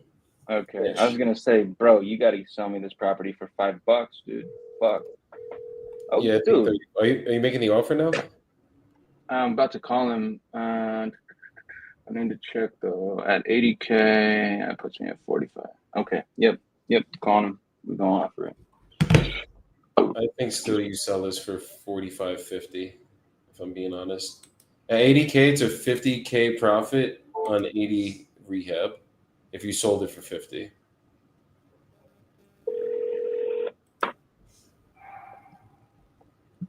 Make low offers. Make more money. This call will be recorded. You start at 25 right now. Hey, is this Michael? Yes. Hey, Michael, it's Jordan. How's it going? All right. All right, good. You got a couple minutes for me? You're still busy with what you're doing over there? Yeah, I had everything lined up. I still ain't got started yet. Oh, shit. All right. So I won't take up too much of your time. I appreciate the extra time that you provided me to just kind of dive into the numbers here. And I'm gonna keep everything transparent above board and just tell you what I'm seeing. So on my rehab costs for each of these properties, the biggest thing I think that is driving up the cost of my repair is going to be the foundation repair. And I think you know that. I think you made the comment that if you could find somebody to do it for 5K, hats off to you. I'm thinking we probably won't be able to find anybody either. My repair costs for both properties are coming in right around 80,000 conservatively. Like I said, give or take 10 to 15K, depending on who's doing the work and how cheap or expensive the materials are when we purchase them. At about an $80,000 repair cost, I'm going to need to be somewhere around the $35,000 to $40,000 range cash on each of these properties.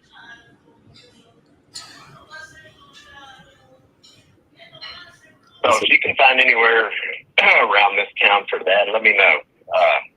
But the closer you get to Elmont and Belmead, I understand. But as far as west, the last house I seen sell was 135, and they went in, they tore it down, just for the lot. They sold a tear down for 135. What's the address on that? That doesn't make sense because the most house that went for the house next door sold for 210. Reagan. Yeah, 510 South Reagan. Further down. Probably around 8,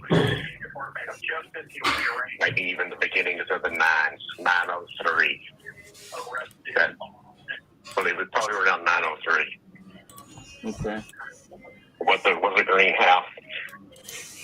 This happened 5 weeks ago. So that's where I am.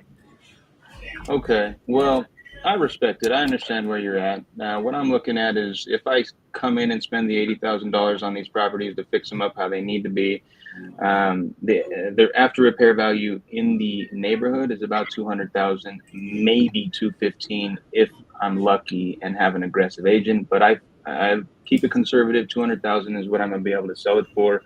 And on the flip, that just doesn't leave a whole lot of room for profit if I have to spend $80,000 to $90,000 to repair these properties. Again, I understand where you're at. These are just the numbers that we're working with. It wouldn't make sense for me to come in and buy these for you at 70,000 and lose money on the flip, especially if it's a tear down and then I got to rebuild the building, which is going to be even more expensive. I got to make money too. And that's where I'm at.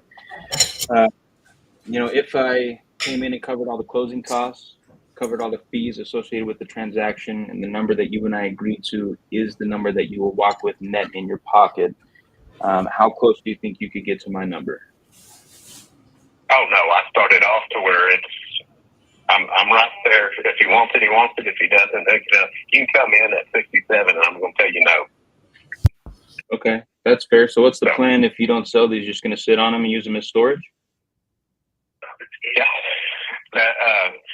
So there's a builder currently buying houses and flipping them. That was egregious. I love that one, though. I'm going to start using that. I don't know where you're living or how long you've been there, but I've got 51 years in this town. And if I go, well, I was at a water meeting last night, and the lady told me where she was, and I was going, wow, just being 7 miles from town makes it a completely different world than the actual town that you've been in your whole life. So they can sit there until I do something with them, or the kids can end up with them. It's something that they probably take 30 for it and be fine, because they didn't end up having anything to do. It's free money to them. So I understood. But if I can ask a pointed question to you, at 35, 40,000, based on where you acquired these properties, is that a loss for you on paper?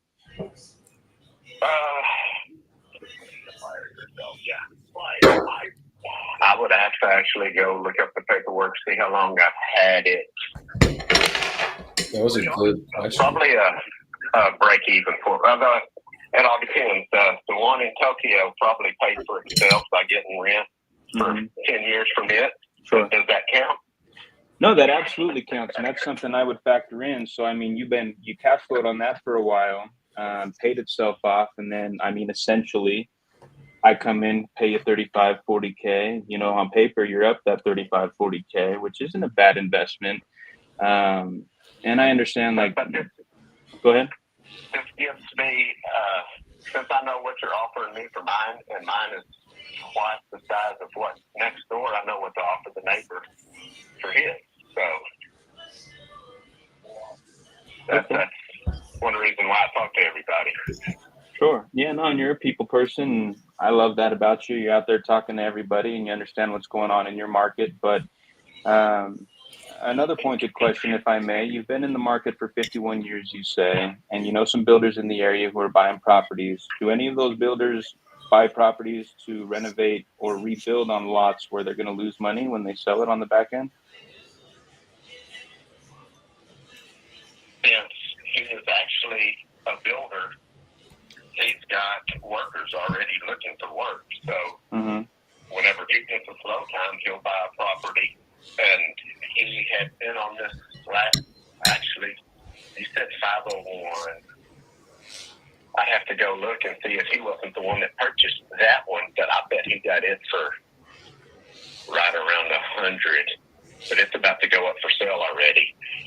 Now he is into the real estate market. He's got his name on the for sale sign with his advertisement. So he has actually moved into real estate as well. So he'll cover it from A to Z. He'll buy the property, send his team out, completely do it, and he'll end up being the one selling it as well.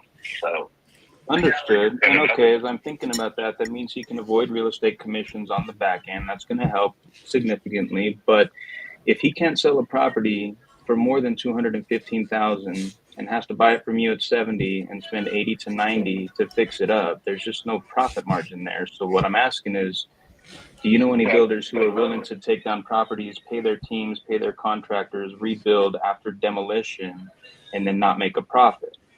Because I don't. I've never met a builder who would buy properties to lose money and not make profit. It's a business. They gotta make something too.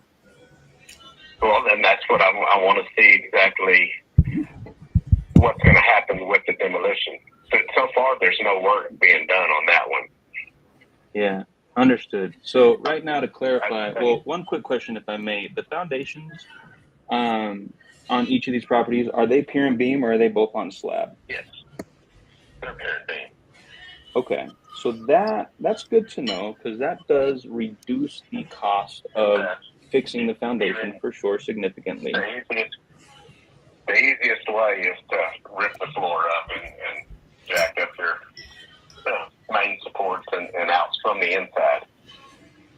Okay. But yeah, that's whenever I decide that I'm going to start all that, I'm going to start on my old Dallas house and start with a 800 square foot house instead of the 1,200 square foot house. That's understandable. I've got 10 of them that are, 5 of them are probably just sitting.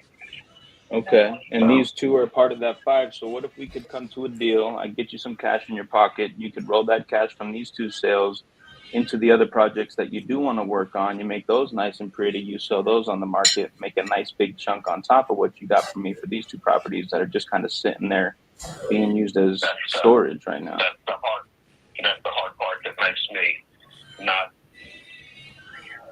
understandable even to myself sometimes is why do I want to pay somebody else to do the work that I can do myself? Well, let me ask you, do you have the resources and the time and the ability to do the work that is needed on these 2 properties that we're discussing? The problem is time. Sure. But I've already spread myself so short on that part of it. So I hear you. That's why they're sitting. And then I look at the price of what somebody else wants to go do it, and I'm going, it doesn't take that long. Why are they getting so much money and I'm out mowing grass for half that? Maybe I should end up switching professions. Yeah. Now, I understand exactly where you're coming from. Yeah, but that also leaves me going, damn, why did I pay that much for that?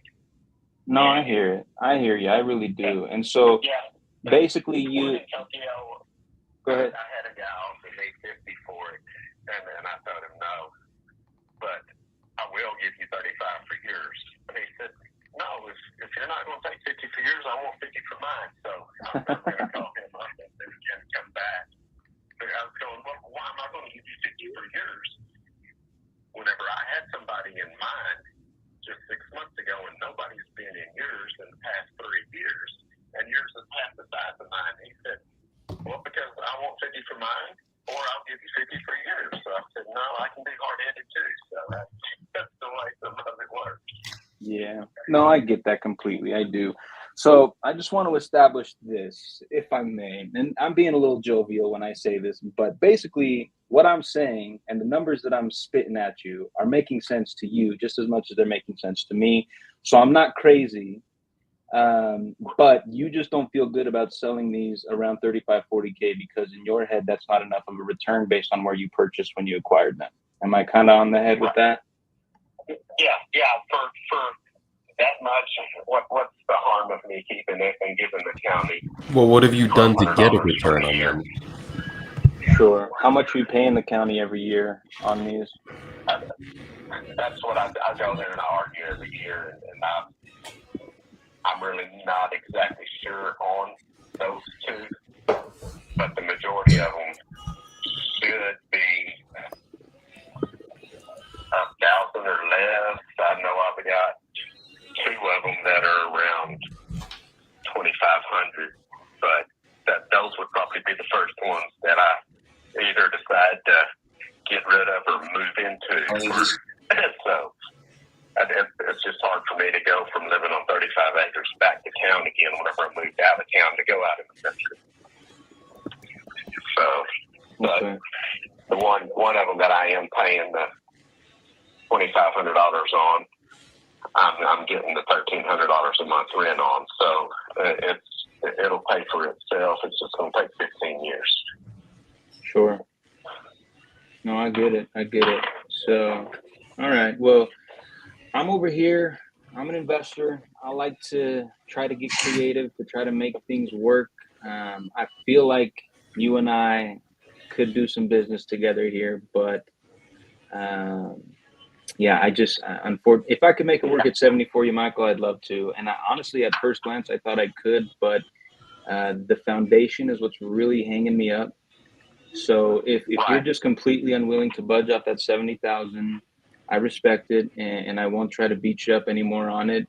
If you could somehow wrap your head around my range, or if you could even get closer to my range and we could just discuss and work something out here, I feel like I could take care of you, give you some money to work on the other properties that you want to work on, allow you to kind of cash out and make some good profit on the flip on those after you repair them and put them on the market. But, at the end of the day, It's your prerogative, and I respect it. So I'm here ready to work with you if you're ready to work with me, sir. Yes, sir. I completely understand.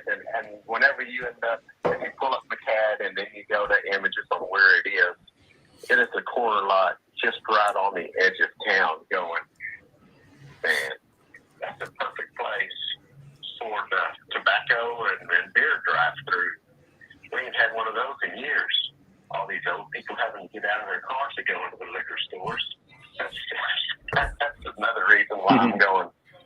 701's in a good place, and until the city decides to fill out, or the county decides to fill out all the paperwork on, is it 807 Spruce, or at the very corner of Spruce, it'll be a good one. Obviously, I mow vacant lots for the city as well, so that's where I know where the rundown houses are that people aren't paying their taxes on.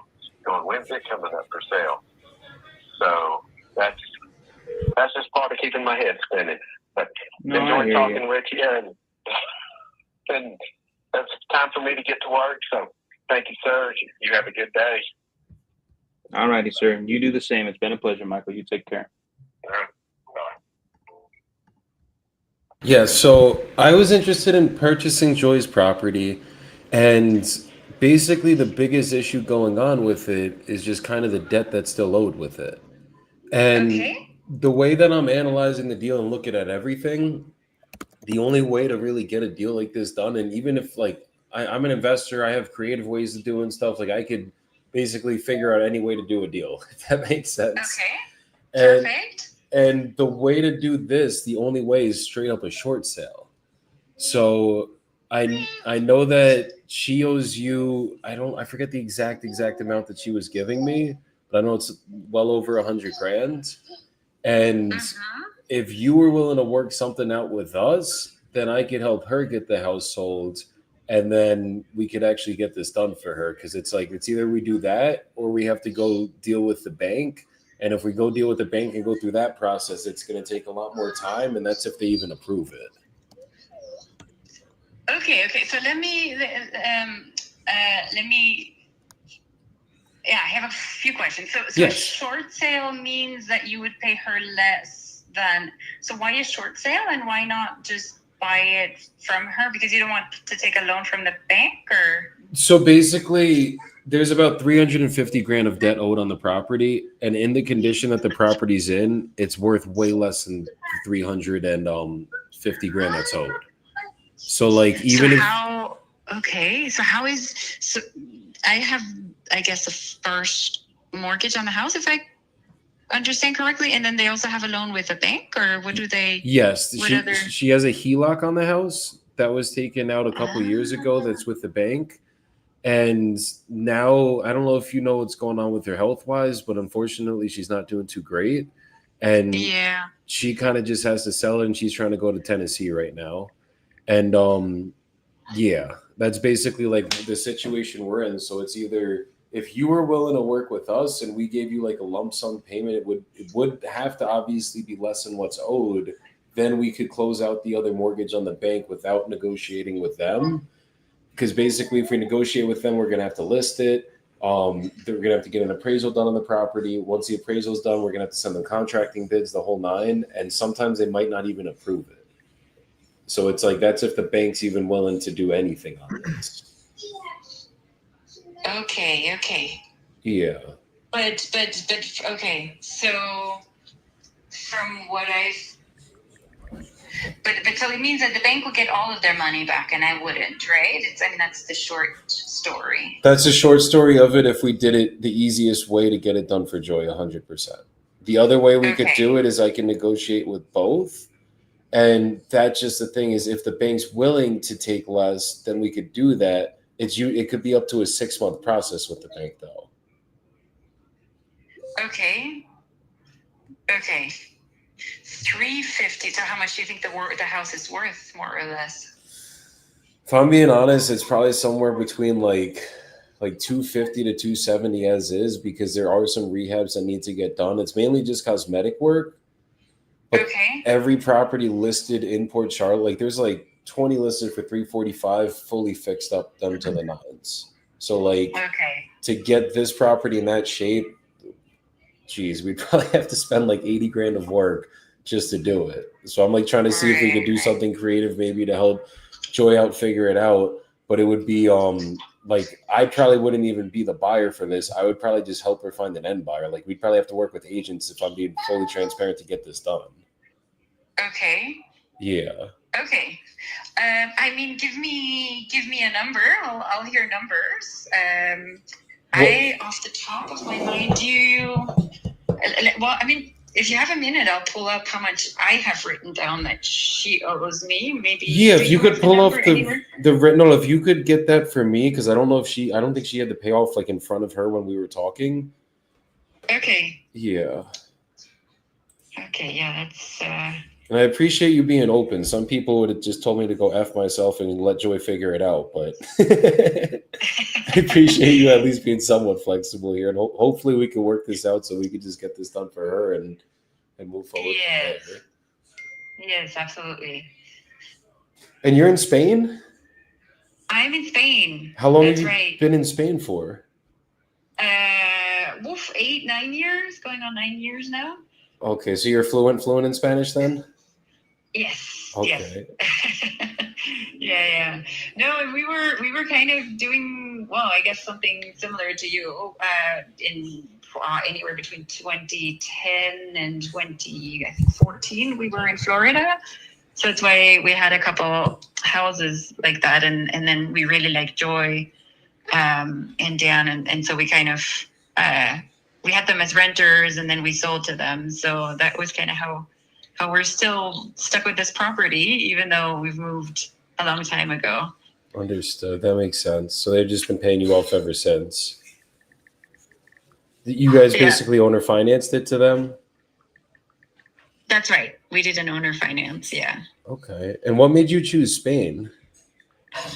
My husband's from there. So I'm from Switzerland. He's from Spain. Okay, so we wanted to go back to Europe, and then the choice between Switzerland and Spain is a pretty obvious one, right? Oh, yeah. That's not even a question. Whereabouts in Spain? The reason I'm asking so much about Spain, I'm in Colombia right now. I've just got fluent in Spanish. We're still learning. I probably sound like a 10-year-old still. But I do my whole business virtually as well. And Spain is one of the next places that we want to go visit, because I had a friend that was in the Canary Islands, and she was telling me how beautiful it is over there, and I gotta go show my wife there soon. Okay. Yeah. Come on over. We're around Valencia. I think probably Canary Islands are a bit more beautiful. I mean, Valencia is very pretty, but can't compete with the Canary Islands, I think. I've heard good things. I think there was a show made in Valencia that I saw. What was it called? It was about a guy with Alzheimer's. There's a really good show. Okay, I haven't heard about it. Okay. I forget the name.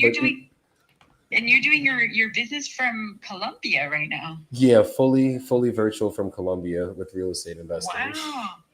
But only Florida, or you have other? I do nationwide, so I do all over the United States right now.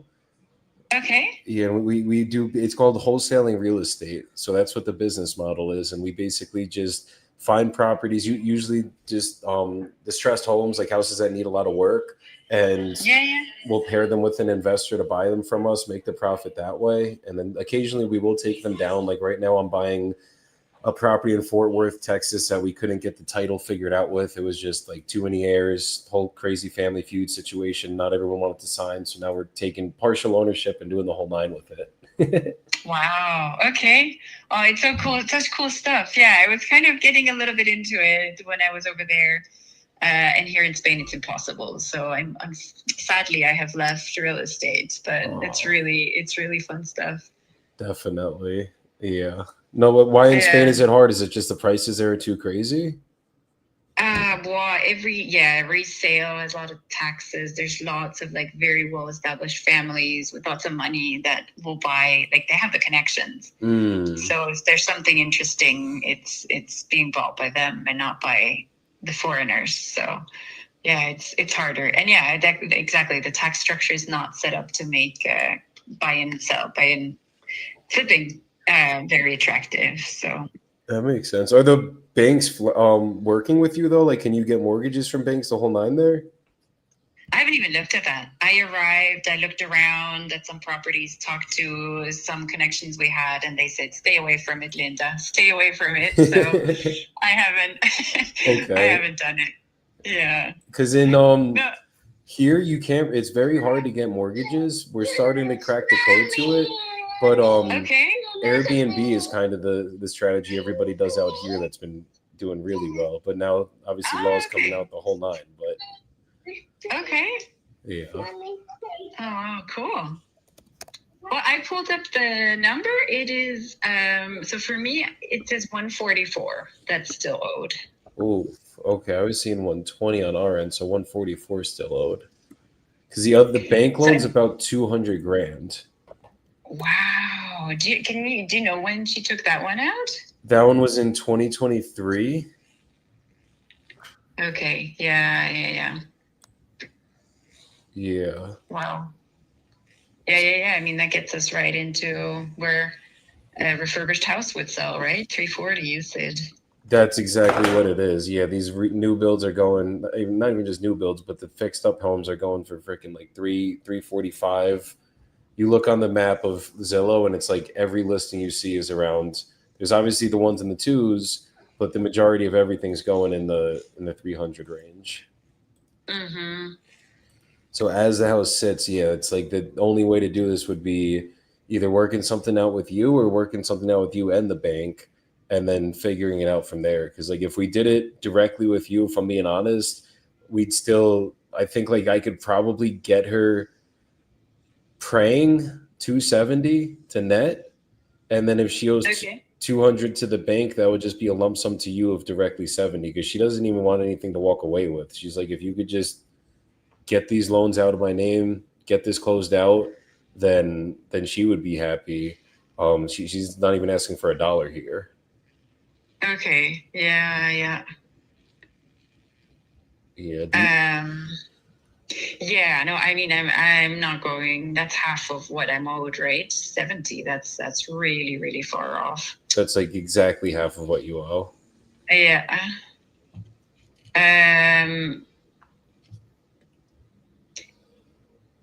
Yeah, and I mean, for me, honestly, waiting 6 more months to do the whole like listing and everything. Her husband's a contractor, right? So I mean, some of the fixing up they could do. Yeah. I just don't know if they're like what type of capacity they're in, obviously, with her with the cancer right now. Right. Yeah. What do you think would like if we could work something out? Because I could try to see if we could get her more for the property. The way I'm going to do this is I'm going to straight up list this for her, and then we're going to try to find an end buyer to get this done. Okay. But like there's new builds right now. There's a 2025 build that's been listed at 279. It's been up like 71 days too in this neighborhood. So it's like, yeah. Not the best time to sell right now? No, the market in Florida has honestly completely slowed down. And the issue with this area is in Port Charlotte, literally all of the, everyone's been building. So like the majority of the homes selling are new built houses. Okay. So it's like even the buyer pool for her is going to be hard on the back end. Even if we figure it out, like the buyer pool is going to be hard on the back end because like if you could buy a brand new house for 340, or even if we fully fixed her house up and sold it for 340, obviously typically you're probably going to want it's a 1963 build. You'd want to buy the new build house. Yeah.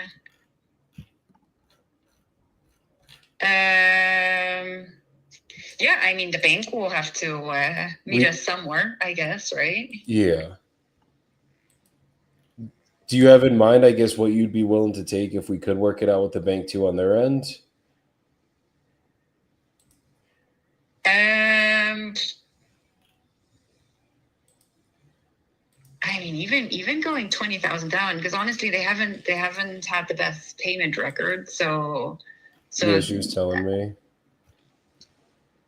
Even there, I've kind of felt like I've already been very accommodating. because of life and hurricanes and what all has happened. But yeah, so I think 20,000 less, and that would kind of be my 120. Got it. Okay. Well, we're gonna have to. So obviously, you're in the first position lien on this, right? I mean, I'm the first one who gave her a mortgage. I hope I have to It says loan one is under your name. I'm pretty sure you're in the first position here. Okay, thank you. I'm glad you said that because I'm starting to doubt it. Yes, I gave it to her in 2017, 2016. Yeah, 2016. So yeah, it was the first one. Yeah. Okay. Because basically, what we're gonna have to deal with is I'm gonna go talk to the bank, see if there's anything we could do with the bank. We're probably gonna have to enter a short sale process. Not probably, definitely gonna have to enter a short sale process. And then from there, it's gonna be you're gonna have to technically get paid out first. The bank's gonna have to get technically paid out second, and then it's just gonna be whatever the house can go for. So I got to figure out with the bank what that looks like, and then with you what that looks like, and then it's either that or the bank's gonna foreclose on her if she doesn't keep paying, and I think she's missing payments to them, and then they'd have to foreclose through you because you're the first position lien. So then you would have to foreclose as well. Okay. So those are kind of like the options we have. Yeah. Yeah. Yeah, I think honestly, because I am the first loan, so I'm more certain to get my money back. I'm almost certain to get my money back, right? Because if it sells even for 200, I definitely get my money. So I'm not too willing to negotiate, right? That makes sense. Yeah. And if it was Joy herself, but if it's the bank who's going to lose money in the end, Yeah, we don't care about the bank. I feel more bad about about Joy and you at the end of the day than the bank, because the bank they lose money every day. You're the actual individual. You're not a bank. Exactly. Thank you. Yeah. So that's the. Yeah, so you want to just keep me informed what I have to do, what has to be done, what you guys are doing? I'm going to talk to I have a short sale specialist in Texas that we're doing one with in Texas. I'm going to see if he could help me out with Florida, because I'm not a specialist on this stuff. This is well over my head, but I'm going to talk to him, see if he could help me with this. And if not, then we're going to go find somebody that can, and we'll get this done for both you guys. Okay, wonderful. Okay, perfect. Thanks so much. Absolutely. You have a great rest of your day, and we will talk soon. I'll let you know once we hear stuff. All right. Thank you. Thank you. You take Have care. a good day. You too. Joey. Bye. Okay. Joey, who are you using for short sales? Do you have a guy? Or are you the guy? I'm trying to remember his name. I got to dig through my phone. The hardest part is when you don't remember the name. I'm going to call my dad. Save him as short sale. There's a guy that's really big in the industry. That's all he does is short sales. I just got my guy I'm doing one with, and he's a really good guy and does everything by the book.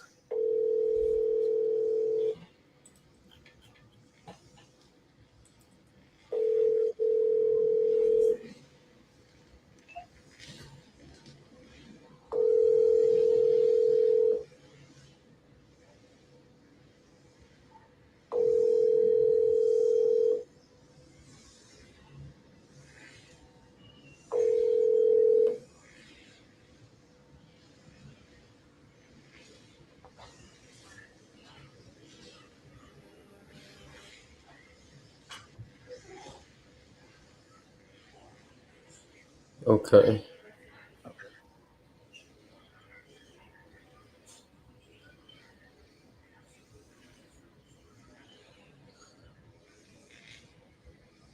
Oh yeah, Jordan, you want to know why I said you went too high on that one? So where did you want to end up? And this isn't just for you, this is for viewers. Are you on the phone?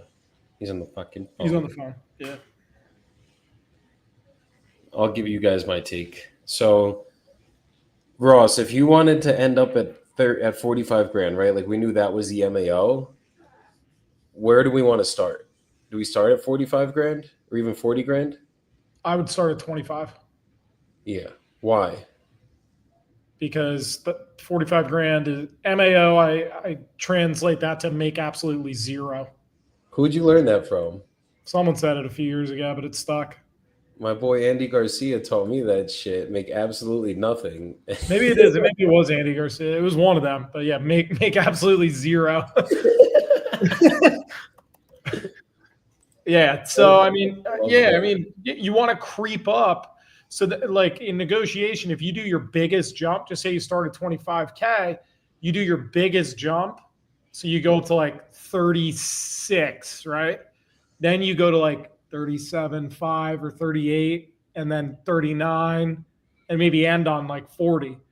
But when you do that big give in the beginning, they think you're basically just a reasonable person and they want to do business with someone reasonable. But people that, like his guy, the pain threshold wasn't high enough. That's what it came down to. Nobody was closing that guy. Yeah, you could put fucking any closer in the industry on him. That was going to be a hard sale right there. Yeah, we are closers because we can close closable people. That's it. Like, once you understand that fact of the business, it gets you get a hell of a lot less hurt when stuff like that goes down. But, right? Yeah, because he was asking him really good questions. Like I've never even heard questions like that. Like that needs to be researched. Right. One I've been getting into, like when someone says, I get mad because I could just do it myself and I feel like I'm losing money. I like this one. Like, what's your time worth though? If you had to put an amount on what someone would pay you hourly with everything you've accomplished in life and your wealth journey, what are you hourly? 100%. And certain people's hourly is like freaking $25,000. Oh, it's like, well. So why would you not want to get rid of this? Cleveland hurts. Never close a deal in Cleveland. I know they can close. But I know there's a west side and east side, and I think the west side is where you got to stay away from. Let me see where I'm at on this. What the heck? Or it might be the east side. I don't fucking remember, bro. It might be the east side, yeah. Yeah, it's definitely east side because everything on this map is like 26, 1.7, 75K. 85, 50, like ever. It's just all low prices here. 32, 32, 31, 34, 20, 13. Well, this one's owned. Yeah, check out the I'll put this in the chat. Check out the LLC this one's under. That's crazy. That so matches this lady I'm talking to, bro. That is hilarious, dude. Really? She's just an investor. She's just like, listen, if the numbers work, I'll fucking sell it. Whatever. What does she want? Let me know. It's turnkey. There's 2 tenants in there. She was running it. She calls it an SRO. It's the first time I've heard about it. Single room occupancy. So she's going to rent it by the room. She thinks she can get $550 to $650 per room.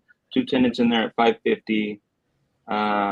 So if she fills all 7 rooms at $550, no, she wants $125. No, she has the room listed for $500. Oh, does she? Well, okay. So caveat: terrible property manager, having an awful experience. She's getting rid of her property manager and sticking a new manager on it. Total rent right now is $1,110 that she's getting from 2 tenants. That's like a 3% market, 2% market. But if you're doing single room occupancy, you stick 7 rooms at $550 a piece. That is $38.50 a month in rent. But that's like one of those things. Like I'm not gonna judge it off the short term. I'm gonna judge it off the long term. Like any smart investor, if you're gonna buy a house or like a rental property, right? I want to know, like, just because I can Airbnb it for $3,000 doesn't mean I'm buying it for $300,000. I'm gonna see what's my short term or what's my long term rent. So like, what would this be worth? And then look, if you look at everything that's selling, this is a single family. All the other singles, 20K. For cash, 20K, 3K, 3K, 81K, 53K, 35K, 105 was a multifamily, 8,800, 2,700, 3,600, 60,000. Hold on. I haven't looked this up on PropStream yet. And that's just on that end. And then if I look in the neighborhood, Let me go like right up to her fucking booty right here. The bougie booty. Right up to that bougie. That bougie booty.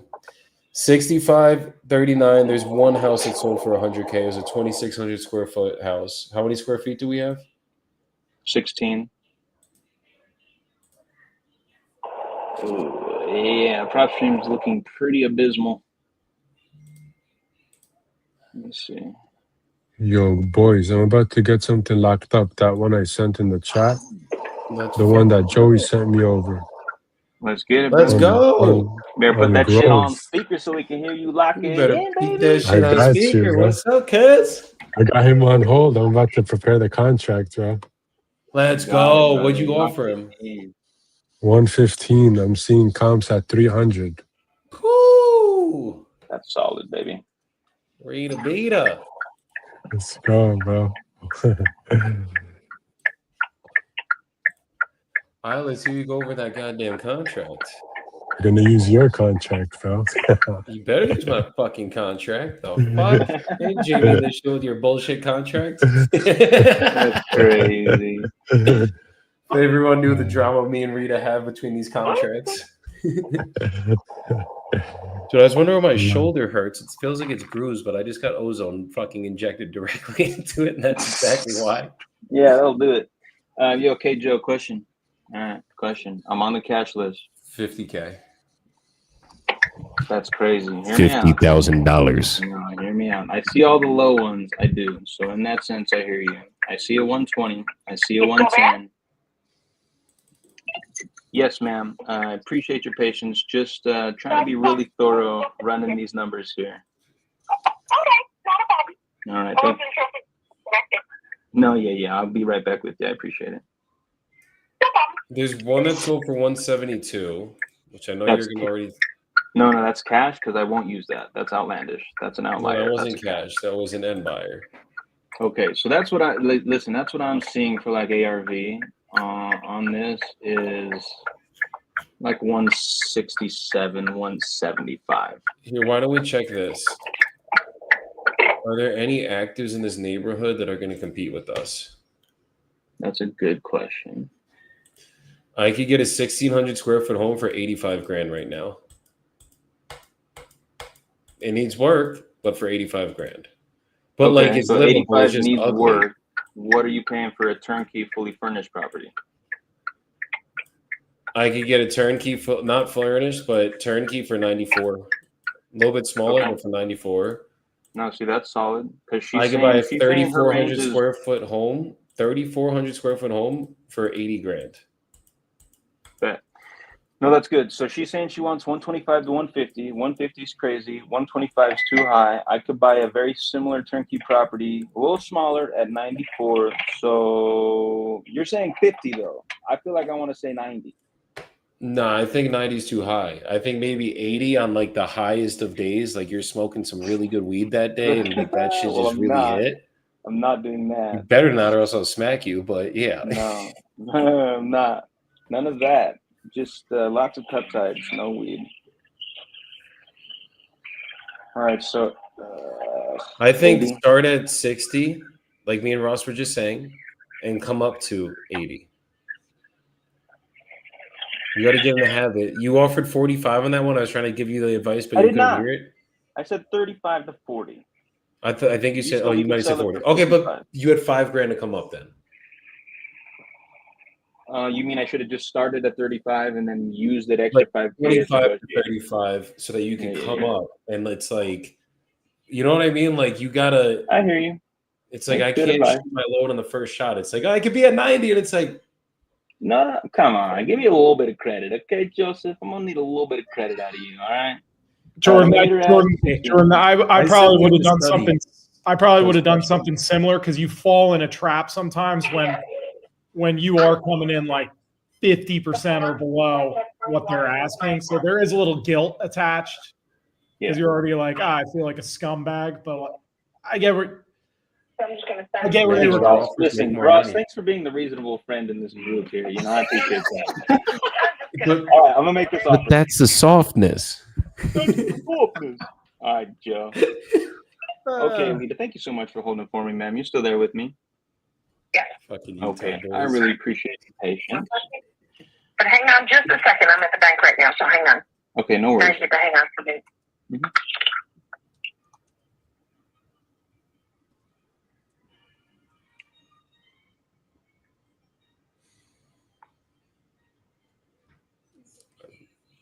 My wife was just listening to like some weird classical shit.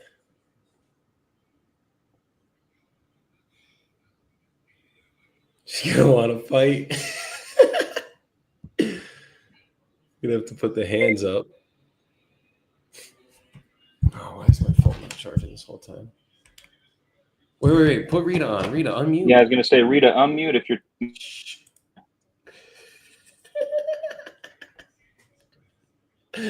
I hold the control.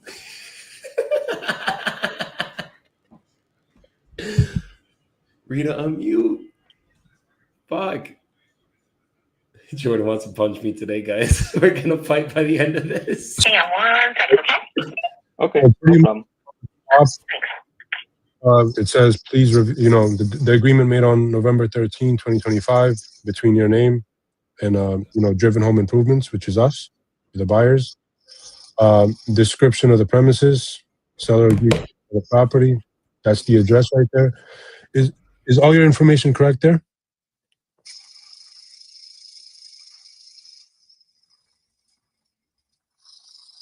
Glenn, you hear me? Yeah, I hear you. I'm not sure that the legal description is because I don't have a copy of it, but the address and everything appears to be right. We pulled the legal description off the tax records. Yeah, I got the legal description off the tax record, so that's 100% accurate. And then, purchase price is the $115,000 that we agreed on. Closing costs, title fees, transfer taxes, and all other title costs to be paid in full by the buyer. Seller is responsible for paying, all property taxes up until close of escrow, and seller shall be reimbursed at close of escrow by the title company for any prorated taxes. Any liens, unpaid utility bills, encumbrances, or mortgages owed will be closed and paid in full by the seller. So pretty much anything that you owe, will be taken out of the proceeds at the closing table, and whatever's left will be paid over to you. That's fine. Perfect. So I have seller and buyer will set closing to be soon as practical. That's the goal, but no later than 45 business days from fully executed contract. And then we have property sold in as is condition. And then closing to be held at the TBT. So pretty much title company, we're going to have that determined in the next few days. My transaction coordinator, Priska or Brenda, will be reaching out to you, and she'll give you all the information as far as the title company will be going with. Okay, well, you're 6. Yeah. All right, so he says this contract is contingent.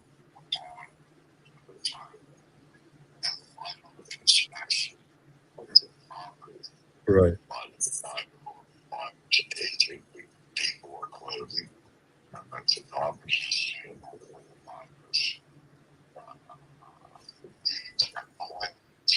The buyer has the right to pre-margin this contract. We are Other places these deals. sell my house.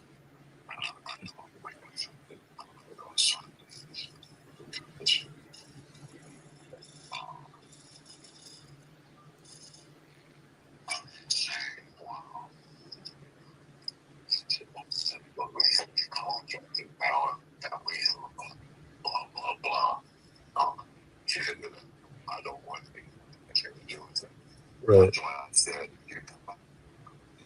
after your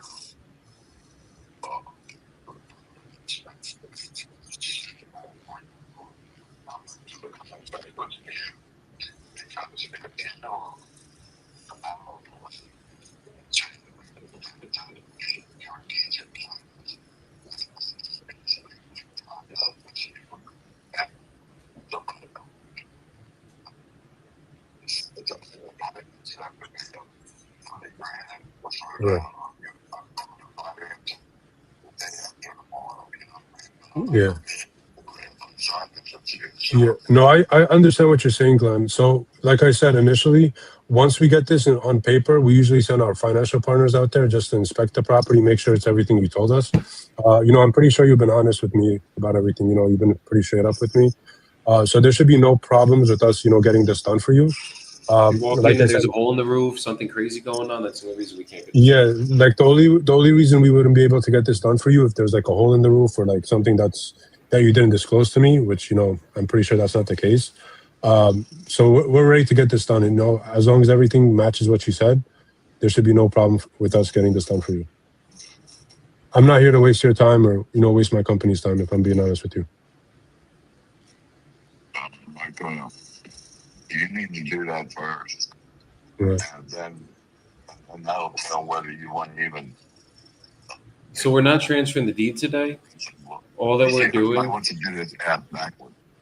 Right. I mean, This is not us transferring the deed or anything, Glenn. This is just us, agreeance on the price that we talked about today. Like I said, me sending people out or sending my partner. Pay for that.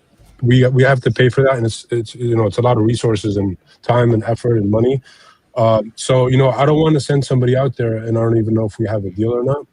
That's the reason we like to put everything on paper, button everything up, and we'll have somebody out there in the next few days. I know today's Thursday, so I'm thinking latest by Monday or Tuesday we'll have somebody out there and we'll get this done for you. I'm not here to waste your time. Believe that. Move on. I'm not going to send a piece of paper that ties me up with you.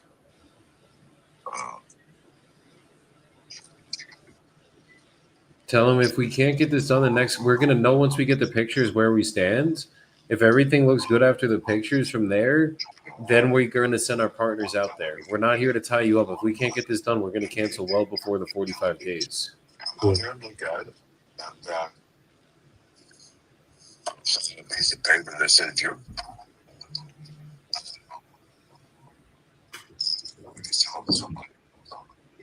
Yeah, no, I understand what you're saying. Like I said. Let him go. That's right. You just said to me, if we get out there.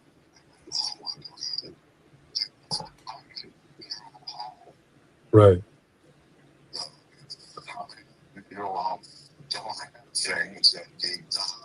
Yeah, no, I agree with you. I mean, you told me everything about the condition. Well, we don't send people out until we have the contract. It's just that simple. Yeah.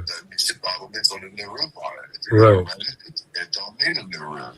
Yeah. But after 100 years, there's roof repair. Yeah. Nah, I get what you're saying, Glenn. Well, you're not talking to a dummy. I don't want Right. to fucking go around and around with you. Yeah. No. If you come and look at it, you spend the money and the resources and the gas to come in here and spend the time. Just tell them we're not coming to look at it until we have an agreement in place. That's just how we work. Yeah. I don't think you're dumb. I think you sound very intelligent. You might be smarter than me. But for us to get this done, this is the only way we can do it. Yeah. I'm going to get drunk like a bag of sand. I'm not going to do it. Yeah, no, I understand what you're saying, Glenn. You sound like an intelligent guy. I'm not here to waste your time. It's just the way we do it. Just we have to get. It's pretty much a virtual handshake. To get the process started. Just getting everything. We're going to do a virtual handshake. I mean, that's it. It's a purchase agreement that's allowing us to buy the property. Say it like that. Yeah, right. It is. This is a purchase agreement allowing us to buy the property. Like I said, I'm not here to hold a gun to your head, Glenn, and force you to sell us the property. I just wanna, like I said, it just needs to meet our buy box pretty much when we go out there. But like I said, everything you told us is pretty much accurate. There should be no problem with us getting this done. Unless you told me like tell them go negative. If I can't get this done, I'm gonna let if you know. I can't get this done, and if I can't get this done, I'm gonna let you know in the next couple of weeks. I'm very transparent. 45 days. I promise you that much. I'm not the type of buyer. I'm not the type of buyer to wait till day 45 and hit somebody could advertise a home, right? And sell it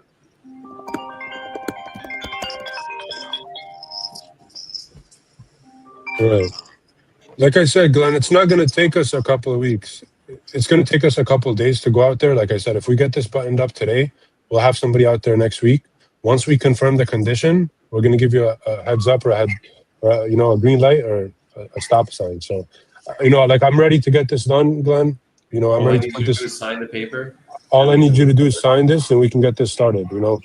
Open up title, get everything started. I'm not going to sign on there. Okay, I see. So, yeah, he hung up. So let me call this guy again. Call him back. Was he giving you any of these objections before? Nah, bro. He was a nice guy. Like we got on rapport. He was sick.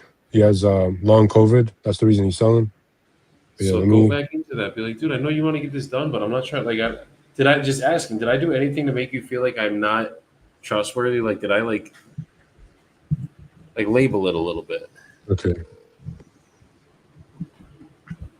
Hey, Glenn. I think we got disconnected. Did I do anything to rub you the wrong way or anything? I mean, I just want to help you out here. Okay. I mean, I'm not going to go around with you, dude. Yeah. You want to do a serious buyer, spend your money, whatever it costs you. Okay, do you have pictures you can send me? Ask him what gets this done today. He said, well, that's not how we do it. Okay, so what gets this done for you today where it's a win-win situation, where you walk away happy, we walk away happy and we can get this buttoned up today? I'm not signing a paper. Okay, so you would never sign a purchase agreement to sell your property? Contingent upon whether you're not. I mean, any investor that wants to buy your property is going to have a purchase agreement, just so they have something that we agreed in writing. Because here's what happens here's what happened to me in the past, Glenn. And I know you're a trustworthy guy. You seem like very straight up, very honest guy. I had people in the past that told me they wanted to sell me their property. We sent people out. We spent money, resources, inspectors, the whole nine, and then 2 days later they said they either sold the property to somebody else or they changed their mind. And we were down the drain, $500. So I just don't, like putting money if I know it's not gonna, get things to the finish line. Like I said, Glenn, I'm very honest with you, and I want to get this done the right way. If there's anything I can do, what can I do to, give you that peace of mind that, to give you that? You're putting me in a category. Right. You're saying that other people said they were. It's not that you don't belong in this category. It's that based off our experience, this is how we have to run our business now. Right. Take the emotions out of it from him.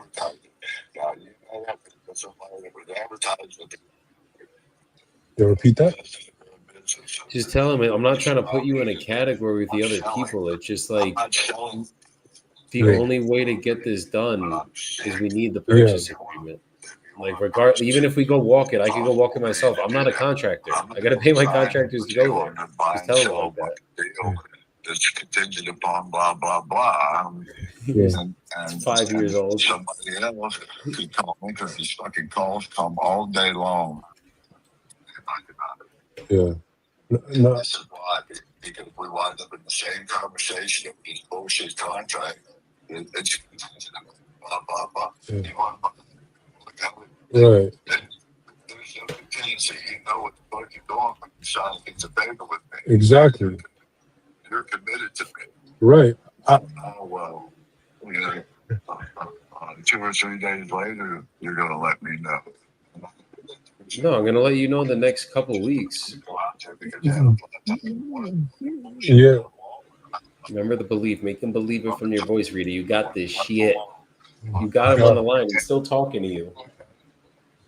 Oh, but that said, it's been the last time. Done. Yeah. Not contingent. You know what I'm saying? No, I got you, Glenn. I mean, here's what we can. Right. I didn't call you begging me to buy this out. You know what I mean? Yeah. No, I hear you, Glenn. Like I said, I want to help you out. I don't want you to keep dealing with this house, and I want you to move on with your life. I know you want to go fishing. I know you want to, move on with your life too. So that's the reason I'm trying to make it a win-win. Wherever I can do to give you that peace of mind, to get this buttoned up. Like I said, I just want you to, we're bending with you. I'm coming up on my price. I know, I was a little on the lower end, and then I came up a little bit. So I'm just trying to make it a win-win.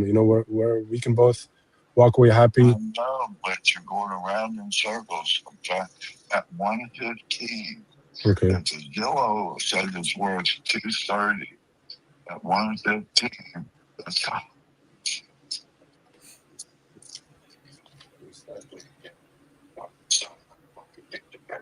Right.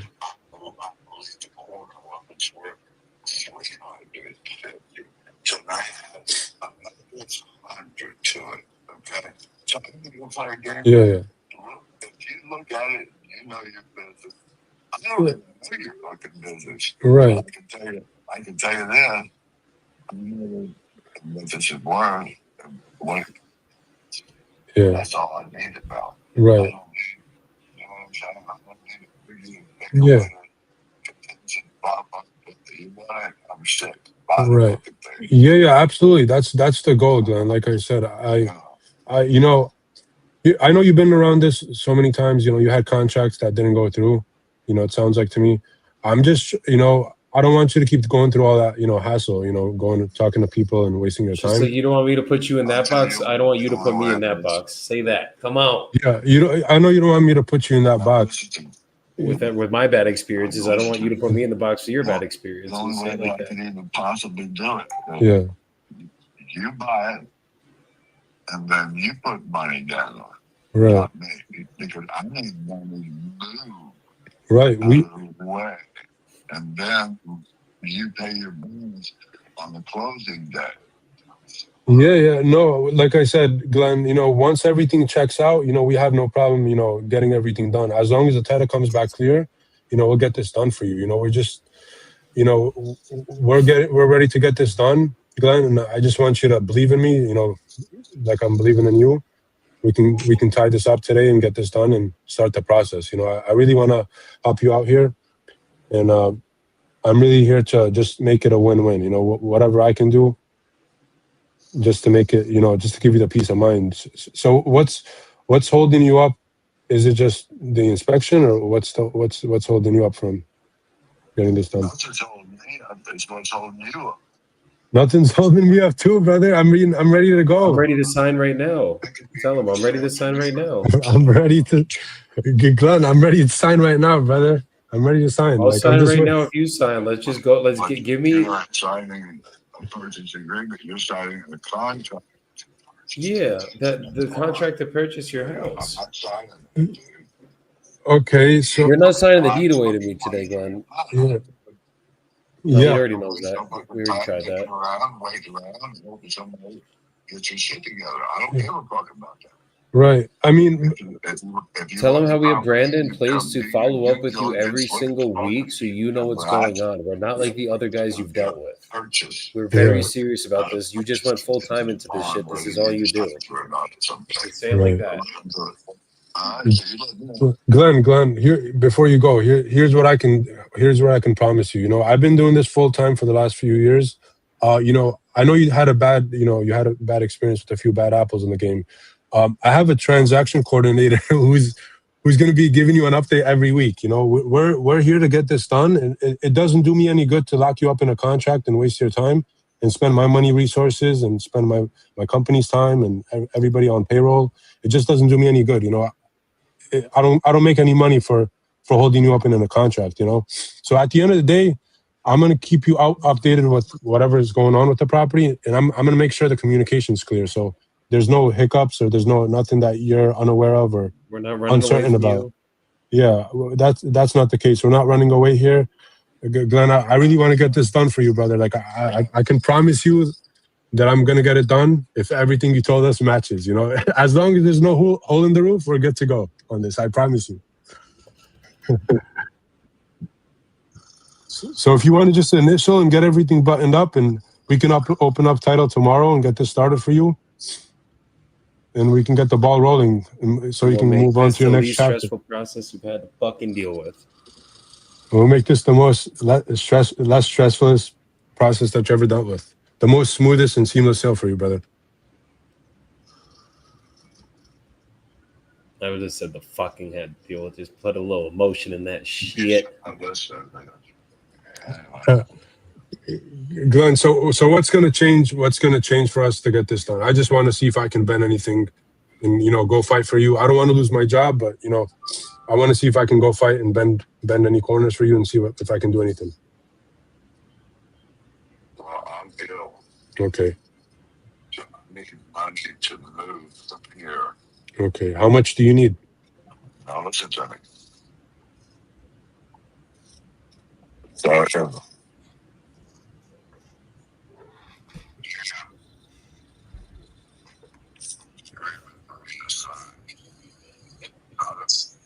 Purchase contingent upon all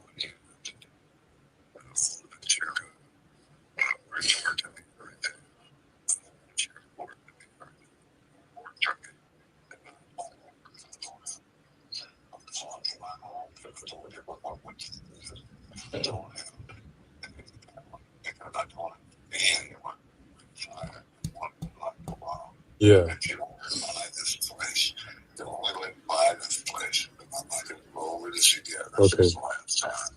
If you look at if you can bend anything, this is how it has to bend.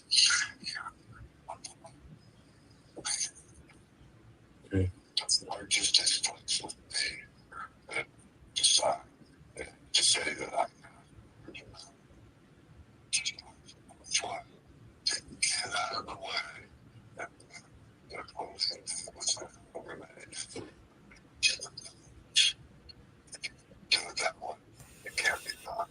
Okay. I hear you. Well, Glenn, how much are you looking to get up front?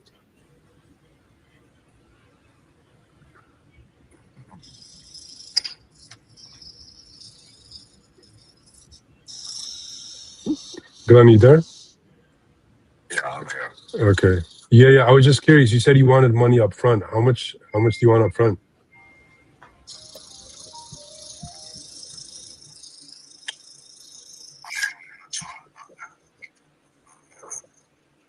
Trying to sell the place. Like I said, Right. all brought up in this long telephone conversation. I see. I'm sick. Oh. I'm sick. I'm not saying I'm sick as bad because I'm telling you. Yeah. I'm sitting here fucking sick having to deal with you. Hell, I mean, I don't want to. You want to buy it? Buy it. Right. I want to buy it, but I got to sign the contract to buy it, brother. Your decision. Yeah. Whether I don't The only know. way I could buy it is if we sign the contract. Yeah. I don't need to know them until I'm signing a fucking piece of paper, really. Right. That I'm looking at that I can sign, and then I want to buy this, Glenn. I mean, we're not hypothetically speaking about you purchasing this place. If we can. Right.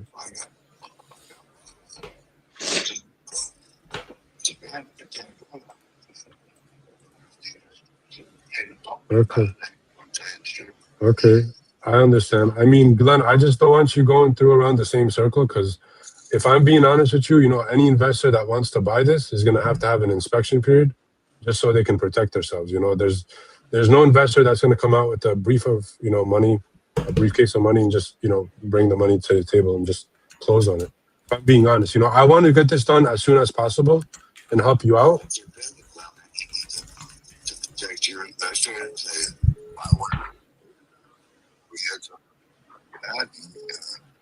we're ready to make this guy an offer. Right. I mean, that's what I want to do. Another purchase agreement contingent. Okay.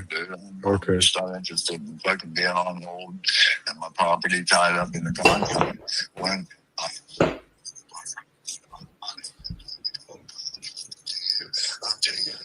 Yeah, this is he's like tap out. a hole in the roof, a hole in the driveway, or a hole in the yard. Yeah. Come out and look. I hear you, Glenn. Let me ask you this, brother. Yeah, in all honesty, let me ask you this, Glenn. In all honesty, how many contracts did you have on this? You know, I'm just trying to figure out what's going wrong here, so I can be the problem solver and help you out today. I mean, what? How many contracts did you have on this previously?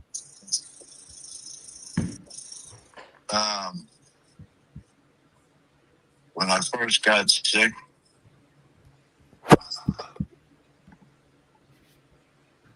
I talked to a guy and he sent me paperwork.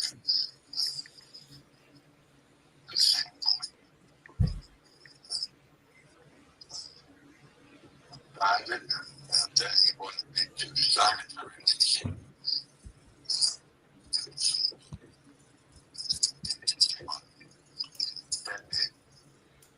I said, I'll sign that paper if you commit to me what you want.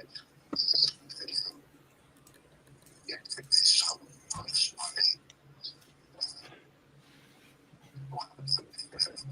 Bunch of bullshit.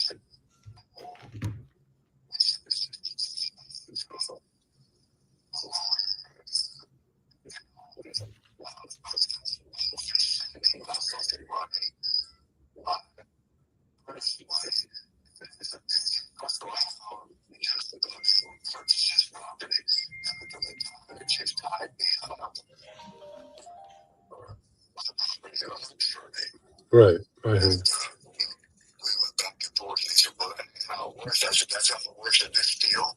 We're not going to get a deal. Okay. You're never going to find this house for me. Fuck you. Okay. I got you, good. Well, let me ask you. It was only like $500, you know what I mean? Yeah. So I'm like, really?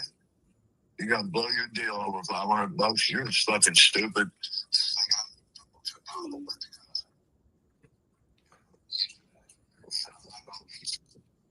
I don't care if you drag me to court. Jim said, whatever it says, I don't give a fuck. Yeah. I'm not the normal guy that you're doing business with. I'm sick and I'm dumping this fucking place. Somebody's going to get it. You know what I mean? Yeah. But I'm not going to be drugged around and tricked. Oh, well, you know.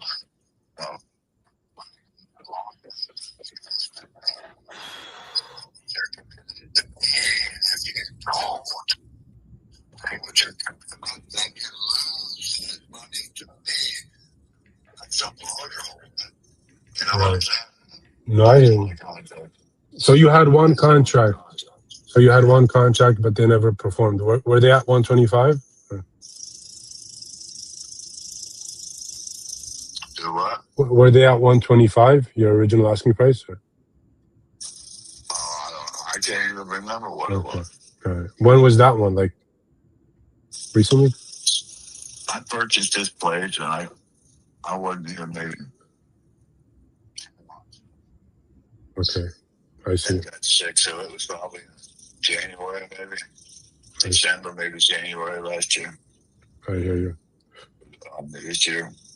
Yeah, I mean, Glenn, if I'm being honest, you know, I want to get a deal done today, but I just don't know if it's going to happen. Just because, you know, I'm trying to do everything, you know, through the title company. Because at the end of the day, you know, we never sent earnest money in my 5 years of doing this. We never sent earnest money to any seller. We usually hold that with the title company.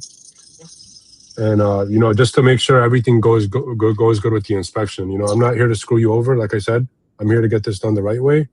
But at the same time, you know, we just have to protect ourselves. Let me be the last one you ever have to deal with on this property. I've been a buyer before. Right. I mean, I'll be never. Yeah, let me be the last one you ever speak to. We can on this property. On this property, not in general. God damn it. Yeah, that sounded pretty morbid. Right. Let me be the last one that ties this property up. Full-time living. Close on this. I have properties all over the country. I'm ready to get this done for you. It just has to be done the right way, just to, you know, protect ourselves, protect you, make sure the title's clear. We have no problem with, you know, earnest money or anything like that. It's just everything needs to go through a title company just so they facilitate the transaction, make sure everything is smooth.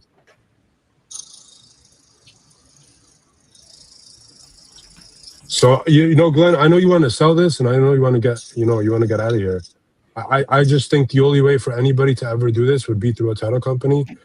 But if you think otherwise, I have nothing to say to argue about that.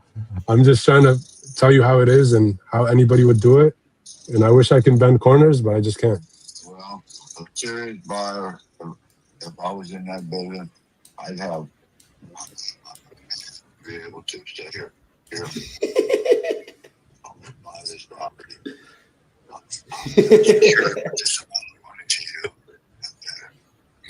Dude, look, I know you've been through this 1,000 times, dude. Just sign the fucking contract.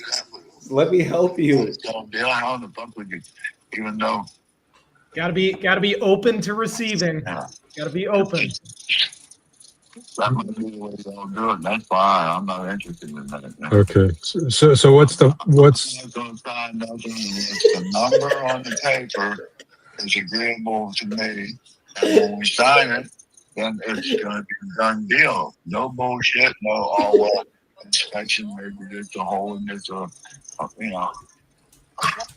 So what's the solution? I mean, if you don't sell this today, are you just going to keep going through this loop, call after call, or what's the? No, I'm not interested in fucking dealing with buying and selling a house. Okay. Well, Glenn, I don't want to hold you up too long. I mean, I guess I'll just look for my next house down the block. I appreciate you. Have a great day. Okay. I would always end with like, dude, if anything ever changes, I'm here. I know we could get this done for you, but you gotta. I know you've been screwed over so many times. You feel you can't trust anybody. You're gonna have to do it one last time, brother. It's the only way to get this thing done. Yeah. Nah. Yeah, I did everything I could, bro. But yeah, that was a good point. Appreciate the panelist you. closer has to say something. Let's hear him. Well done, Rita. You did try. I mean, you pushed and pushed and pushed. I feel like you made a lot of attempts to overcome the objections he was putting up. Oftentimes it's going to work. Sometimes people are just unreasonable, bro. And like you did what you were supposed to do.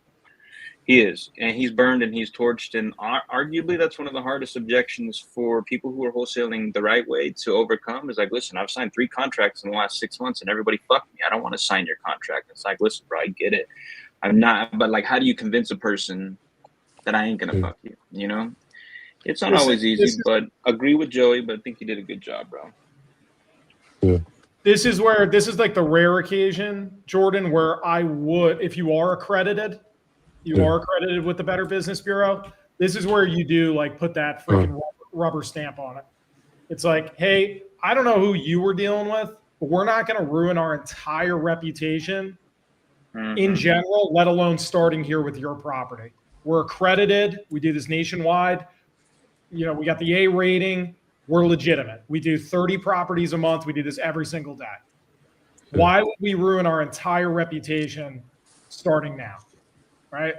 So that's when you can really throw that on there. And sometimes it does push. That makes sense. Like you can nudge them, but just like the guy you spoke to, Jordan, certain people are just so hard-headed that it's just like the guy I was talking to too. Nothing. We all had one today. Like literally the problem of today is the price works, but they just don't want to do a contract. Yeah. That was like good luck selling your property. Well, except for Jordan's problem. Jordan's was like unreasonable price still, but mine and Rita's was the exact same situation. I think you handled it pretty good, Rita. I think the only critique I could say is sometimes you say like canned things, like I just want to make this a win-win for us. Try to like just be you. You don't when me and you talk and we're just talking like boys. You're not like Joey. I want this to be a win-win for us, right? Like you take the business hat off and just put on the you hat, and that's going to make the biggest difference. Okay. Yeah, like sometimes when you talk to people, like especially if they're that stubborn, I'm just like, come on, come on, laugh.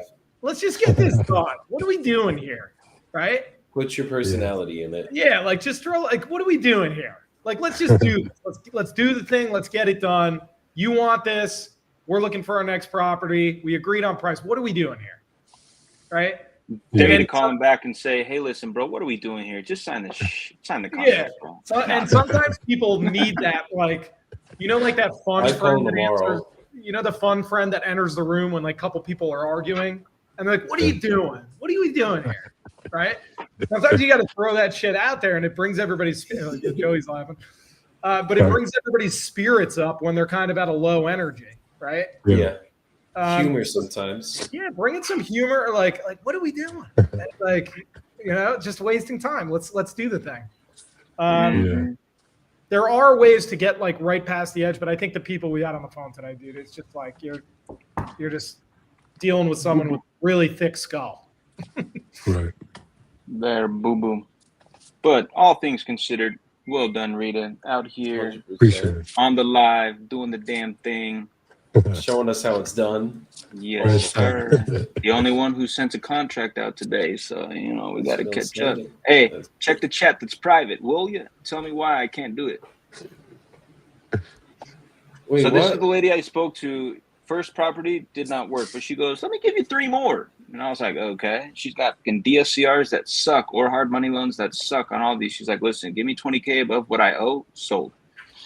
Haven't looked at the other 2. This one, cash comp, I found one 148K MLS cash sale, right? She wants 130. I'm thinking 120. ARV looking like 210. This is one on Denison? Turnkey. Yeah, needs cosmetic upgrades, but no majors need attention. It just got appraised in 2023 at 140. She said she'll take 130. I want to hit her at 120, but I need you to tell me why I shouldn't. How many units? It is 3 units. It's a triplex. Wow, triplex? Triplex? It's a 2-1, It's a a 2-1, triplex. and a 1-1. It's a triplex, y'all. So isn't it funny where you say triplets for kids? Like, Yeah. Why do we say triplex? Isn't that weird? Because Yeah. English Should be a is triplex. stupid. English is not the smartest language. No. But Spanish is pretty crazy either. I watched a video today that was like, how do you say how? How do you say Oh I my God. ate? How do you say Como, it's like, how do you say this? It's come. como, comes, como. And I'm like, holy shit, what? That's Yeah, crazy. it does go like that. It does. So it is very simple like that. you're kind of going in, Jordan. You're wondering why you shouldn't offer 120 and just go with the 130. No, I'm thinking I'm gonna call her and hit her at 120. And I know I feel good in my comps, but I like having you guys here. I like doing this because I get to throw it at you, and you can tell me if I'm high. There's I'm one not. listed for 135 that hasn't sold. That's been up for 152 days. Condition and size. Is it a triplex? Decent condition. Triplex as well. Or this might be a duplex. Duplex. Similar square footage though? Yeah, similar square footage, but that's a duplex. And there's a triplex for 180. And then if I look at what's sold in terms of triplexes in this area, 135. Multifamily. One at 148. One at 206. This is my thing, really quick. Tell me. She's in a shitty DSCR, right? At 120, 110, whatever? Yes. 110. Why is someone else going to get a DSCR 120, 130 then? What if they don't? What if they come in, buy a cash, flip it? Is that the reality, though? Why not? Where would they flip it at? What price? Yeah. 210. What's Spend sold for 20K 210? on cosmetic upgrades. There's one at 3594 West 49th Street, sold at 206. It's a 4.2.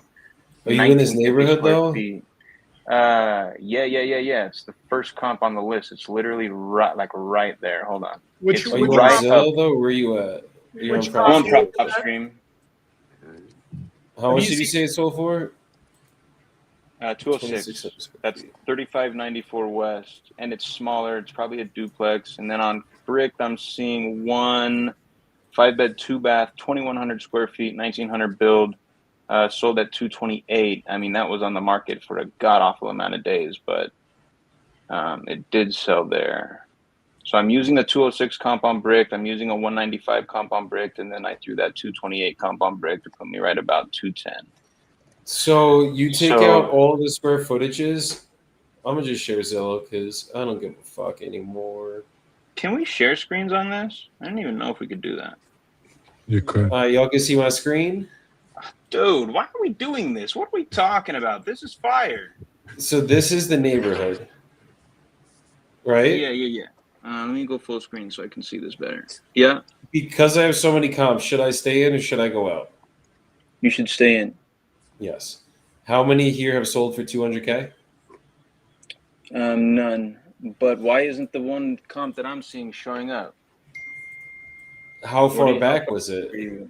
I typically I'm 12 months You're back. looking 12. What the fuck? And I'm Hold on, only hold under on. multis right now. This one sold in July. If I go And I'm houses only as looking well, at multis as well on PropStream, 3594 West 49th Street. Look, 49th Street is right there. West 49th right here. Yeah, it is literally halfway up that street. Subject property is right at the beginning of 49th Street. Is it this one? No.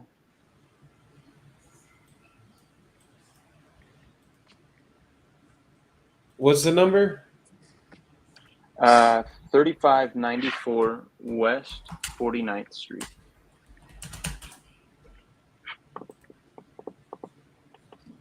$206.81. Now let's see this. Oh yeah, because we're right here. No, we're literally right where 49th Street starts, south of where that is on the map. It's like we're right at Denison and West 49th.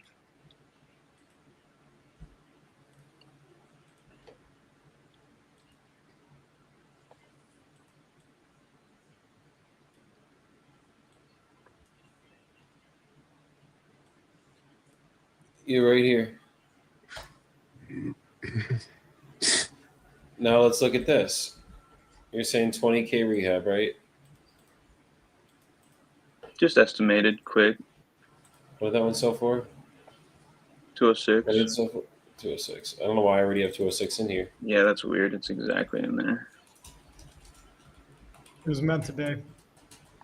You want to lock it up for 120? So we'd have to sell 130? That's contract price to seller. You put 130. It would be. I mean, someone could buy it technically and make it. Yeah, make a little. You can make a 10K spread on a wholesale.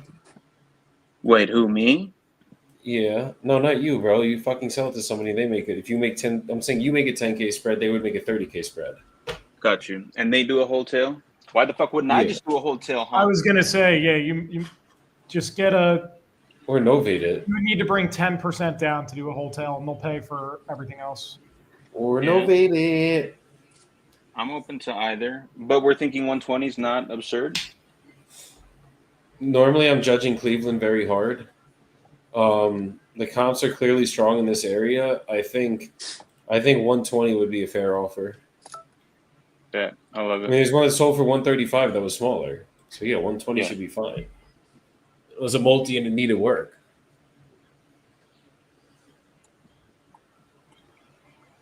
Start at 110. The sizzle on that.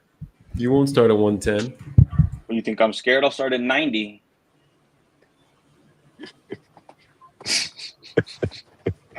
Nah, bro. Yeah, no, we'll hit her at 110. It's good, bro. Yeah, that's fired up. I'm gonna check out our other two properties then. If that one's looking nice, it kind of scares me though. Cleveland's one of the markets I'm considering scooping up rentals in that are turnkey for Section 8, but it seems like she's getting into bad DSCRs over here.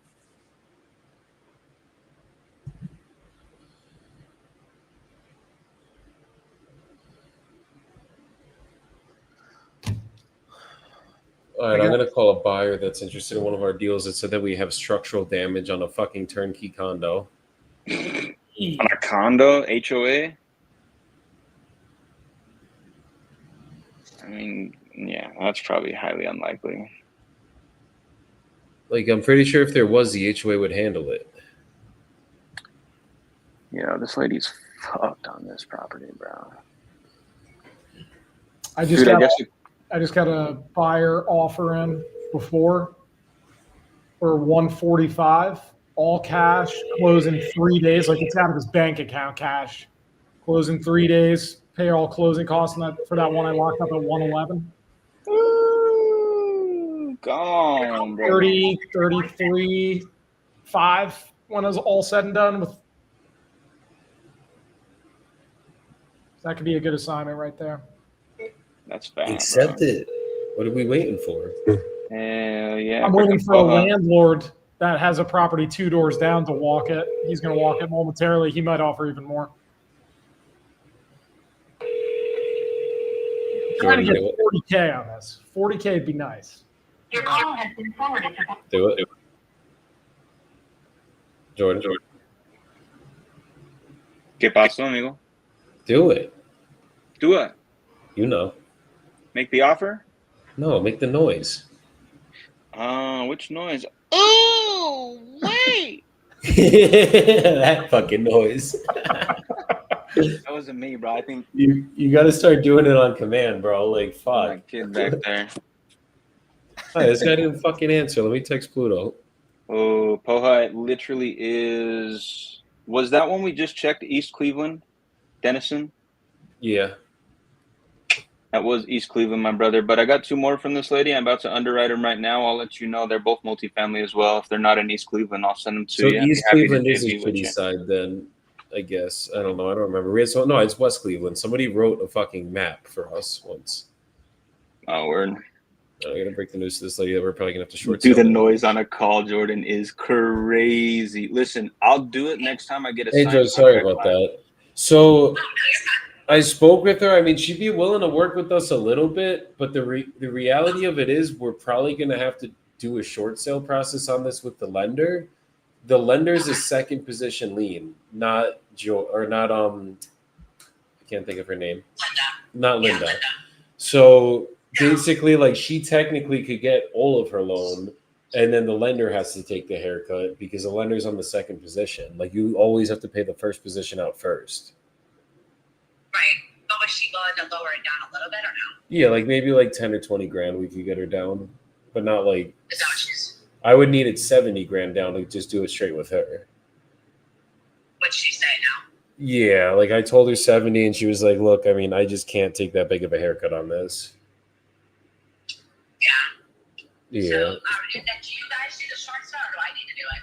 I have a specialist that I'm already called. He has one of his friends that I'm waiting to call me right now that does creative type of stuff in your area.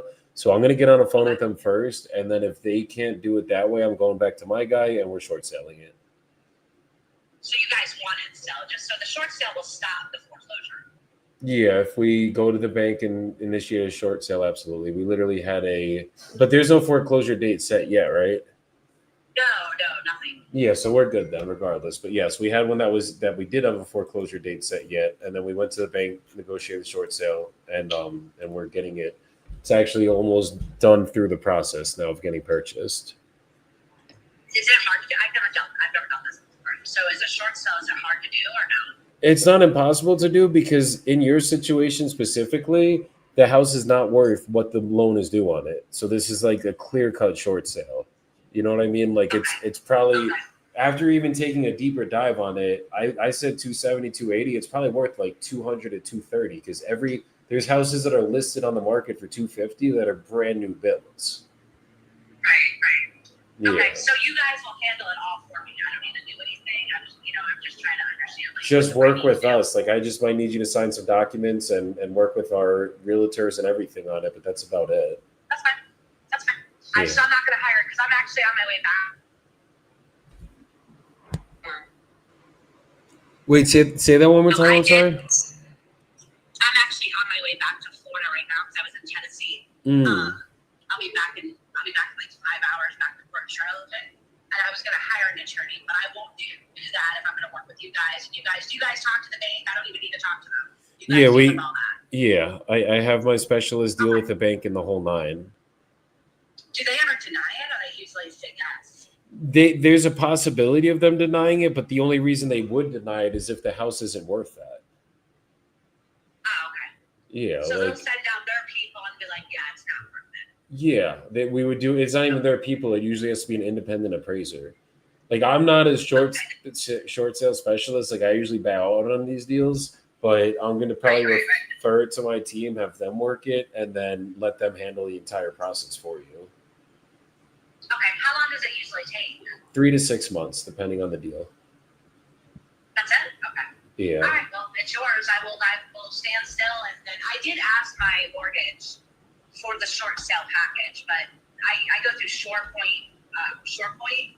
They do not, they're like the dumbest idiots I've ever dealt with in my life. You know, you call them and they're like, oh, that's not my department. Oh, yes, I'll send it out. So it's like I'm kind of talking with, I think once you have a lawyer or a real estate agent on it, then they'll move. Yeah, 100%. When it's just you trying to deal with it, sometimes for whatever reason they don't do it. So it's not Figure Lending LLC that has it? No, I think they still own it, but ShellPoint deals with it all. Okay, because I see Figure Lending LLC on it. Yeah, but ShorePoint deals with it. Okay, they probably sold it to ShorePoint then or something. Okay. So we're gonna. I'm basically just waiting back on my people to get back to me. So give me another day or two, I'd say, at least by Monday, the latest. I'm definitely going to give you a call back. If you have any questions, call me. I'm here. But we'll figure out a way one way or another to get this figured out for you. All right, so you definitely want it. That's the problem. Don't waste my time with anybody else. Yeah. No, we should be able to get this done for you. And if we can't in the next couple of days, I will tell you immediately. Like, I'm not here to hold you up. All right, sounds good. I'm sure you guys can. I don't think, like you said, I don't even think Linda knew that we took a HELOC loan out of the house. Did you tell her we did? Yeah. She knew that there was the other loan and everything. And she was like, really? There's another loan on it? That's not good. And I'm like, yeah, well, we're in a short sale situation now, so we got to figure this out. She is willing to work, but no, she was extremely nice. Yeah. Like she's a really good person. I just think it's just like technically she has to get paid out first. So like it's really the lender. They should have never lended you that loan for that much on top of what was already owed on it. That's the issue. Right. I can't get in any trouble for them lending me that. No. They're the fiduciary. They're the bank. You're not the bank. So they have to kind of like this was their fault for approving this loan. Right. But did Linda, because you know how like we have it all like set up through like she's the bank for us, she's the first lender. Yeah. We didn't need to get her permission to take the HELOC loan out. We didn't need any of her permission or anything. No, because you put a second position lien. Like you never need the banks. At least I don't know 100%, but I'm pretty sure you don't need the bank's permission to put a secondary loan on the property. It's just this is why there's positions and loans. You know what I mean? Like if this goes into a foreclosure situation, Linda gets paid out first because she had the first position. Then the bank gets paid out whatever they can get. Like sometimes they might have to take a big haircut on this for making this loan. Right, and that's the reason why, I was surprised I didn't have to call her. But because the way we had it set up, like all the taxes, everything's in all my name. Got it. There's no Linda's the only thing that shows. Does Linda even show up on there or no? Yeah, no, she does, but she's just a lien holder. Yeah, so I'm allowed to take loans out on the house. Like if I wanted to, I probably could take another loan on it if I wanted. Stuff that I could. Yeah. But I don't know. At this point, they probably wouldn't let you do it because they'd be like, okay, now there's no equity. You can't use the house as collateral anymore. But yeah, I don't know. I just don't know where it was 2023. You took out the other one. Yeah. So they were probably still hot off the COVID rush and thinking that things were appraising for higher. That's probably what it was. Yeah. So, but yeah, I don't think Linda knew about the second mortgage or the second lien. Because everybody said that take out a HELOC loan on that. It's like so. I listened and took the HELOC loan. Again, I don't know much about any of that shit. So, but I took the equity out because we had to fix some stuff from the hurricanes and stuff like that. That's why we took out a big loan. No, that makes sense. That makes complete sense. Yeah, no, you're good on your end. It's just figuring out how to get you out from under this now. Right. So, all right, well, I'll be waiting on your phone call, and then I appreciate you so much. Absolutely. I'll let you know once I get more news, and I will keep you posted. All right, thank you so much. Absolutely. Thanks, Troy. You take care. Bye-bye. Bye. Reed is back. All right, let's do a little soapbox, boys.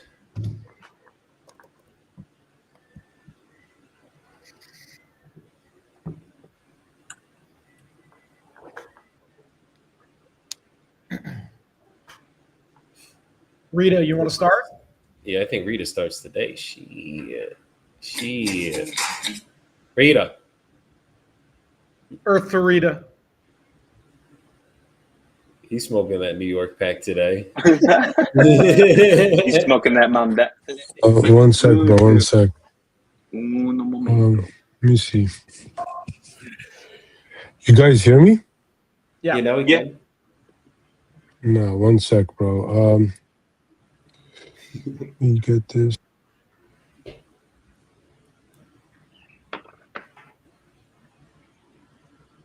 Gone.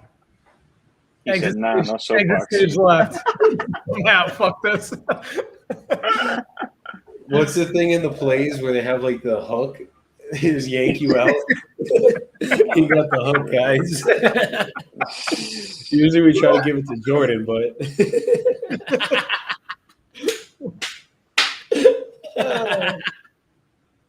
that's funny. Jordan, it's all love. Come on. Oh, don't I know it, brother? We just having fun. Soapbox. What do we got? You can do it. Yeah, great. That was really good. You still waiting on Rita or what? I was gonna give him a minute. Let me text him. Let's see if he's coming back. Oh, this one's not gonna pull up. Phone me. Ooh, something tells me he's coming back. Let's see this one. There we go. You see what I mean? You see what Hey, I mean? bro. I had some technical difficulties, bro. First time here. You're good. You're good. We'll get it through. So what you got, Rita? It's your soapbox time. So soapbox, pretty much keep grinding, keep pushing through the hurdles. You know, first time here. You know, got some gems from the big dogs. Ross, Salt Lake closer, shirtless closer. You can't forget the champion. But yeah, just keep grinding and keep pushing through the hurdles. Be grateful. Fuck. I love it, bro. I love it. I got you next because I want to follow up to what Rita said. Put yourself out there, man. Get the fuck out of your comfort zone. Do it today. Do it immediately. Rita, shout out to you, my brother. First time on the live. Listen, first time Joey got me onto a live, I think I sweat through my shirt, and I don't sweat a lot, bro. I don't. It was so far outside of my comfort zone. It felt crazy. I was a little scared. I ain't even going front. I ain't even going to try to play it. I was nervous as hell, but now here we are today. I get excited to hop on these lives now. I have a great time. We move our businesses forward. We're helping each other progress. And all of this is only happening because I had some crazy gringo who said, "Hey, brother, how don't you step out of your comfort zone and do some shit you never done before?" And I'm so grateful for him. I'm grateful that I took a shot on myself.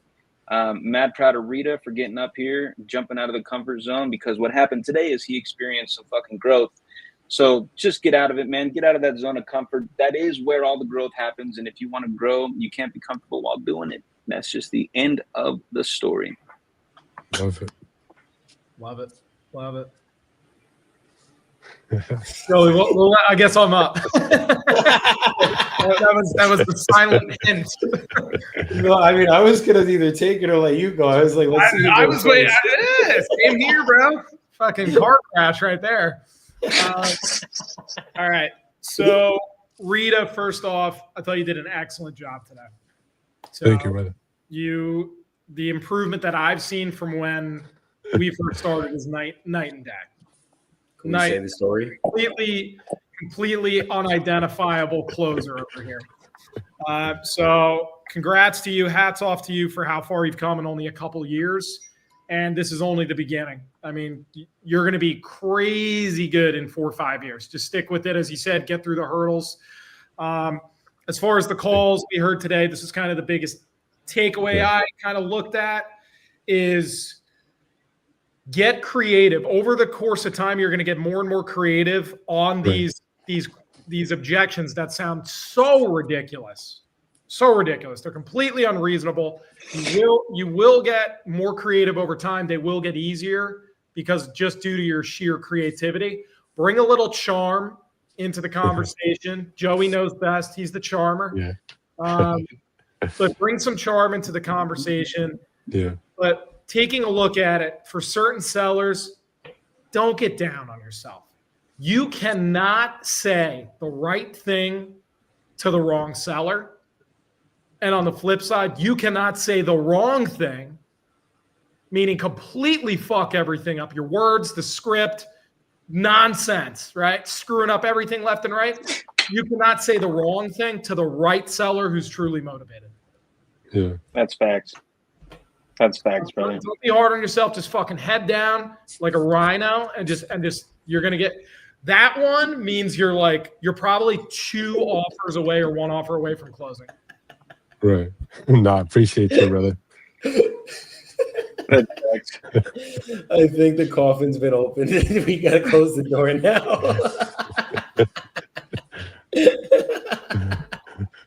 All right, let me get into it. Let's get serious faces on for a second here, guys. Show up in everything you fucking do. You guys need to make sure that in everything you are doing, you are fully present. You are fully here.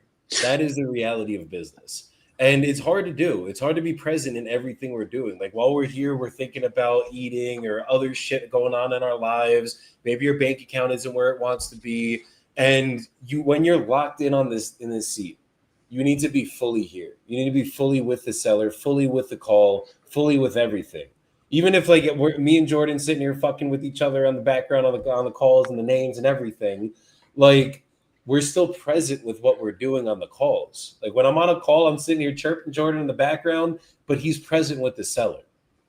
And that's what it's gonna take to close these people. It's like physically being here with you and making sure I'm fucking listening to everything, having the experience with you, the whole 9. Then in everything else, you do be present. When you go to the gym, you're at the gym. When you're with your family, you're with your family. When you're taking a shit, you're taking a shit. Like be present in every fucking thing you're doing and stop getting into 20 different things at once because your relationships suffer from it. Your clients suffer from it. You don't do the same quality work. But when you just lock in for a little bit, do 2-3 hours on the phones like we just did, and are just fully present in that moment, just fucking getting done what needs to get done. We might have a short sale that we got worked out. Rita got a deal that he sent the contract out to. Jordan has a guy who's negotiating with. Ross just got a fucking deal that he could have signed for $35,000. Like, might even push it up to 40 now. We're present. We're here. We're in our businesses. So that's what it takes. And have some fucking fun in the process. Like, this is why me and Jordan are the children that we are up here. Because it's like, we're just going to be us. I don't give a fuck what anybody thinks or cares or feels about it. Have fun while you're doing this shit. When you have fun, you make it fun. You gamify this shit. Like, trust me, if me and Jordan and Ross every live were just up here like, okay, I'm going to call the next seller. Yeah. Hi. Like, I'm not going to fucking enjoy it. I'm not going to sound good. But if I'm fucking laughing before I get on a phone because me and Jordan are fucking with each other, me and Ross are fucking with each other, whatever it is, and then I get on that call and I have that vibration coming out, it's like we're fucking chilling. We're good. That seller kind of wants to hear my voice now. That's how I talked to the lender. I lowballed her at $70,000. Like, fuck, she owes 140. I literally cut it in half, made that fucking offer, and she was like, yeah, no. And I got the seller with that Rita actually teed up. And maybe, I mean, look, this is a short sale situation. I don't like getting deep into short sales. Like, it's sketchy territory, wholesale and short sales. That's why I don't wholesale them. But maybe we'll get a realtor to send us a little marketing money or some shit. We'll see. But we're going to toss it over to somebody that knows what they're doing, get that done, and move forward from there. So make sure you guys are present in what you're doing. Have fun through the fucking process and keep tuning into these lives. Join the fucking community. Rita's one of our community members. Ross shows up from time to time in that bitch. And fucking Jordan is literally up there every Wednesday coaching the fucking comp calls. So if you guys need some fucking help, come through. Let us help you. Stop, drop your ego. I know it's like, oh, why would I let some shirtless guy coach me? Because I fucking can. That's why. So let's do it, guys. I'll see you guys next week. I mean, I might come up live tomorrow, a little pop-up. I think me and Tristan were talking about going live. So if you guys see me, you see me. I'll let the boys know too so we could all hop in. But little pop-ups are going to be happening from time to time. So go have a good weekend if you guys don't see me. And make sure you guys end this week strong and take some time for yourselves. Peace out, y'all.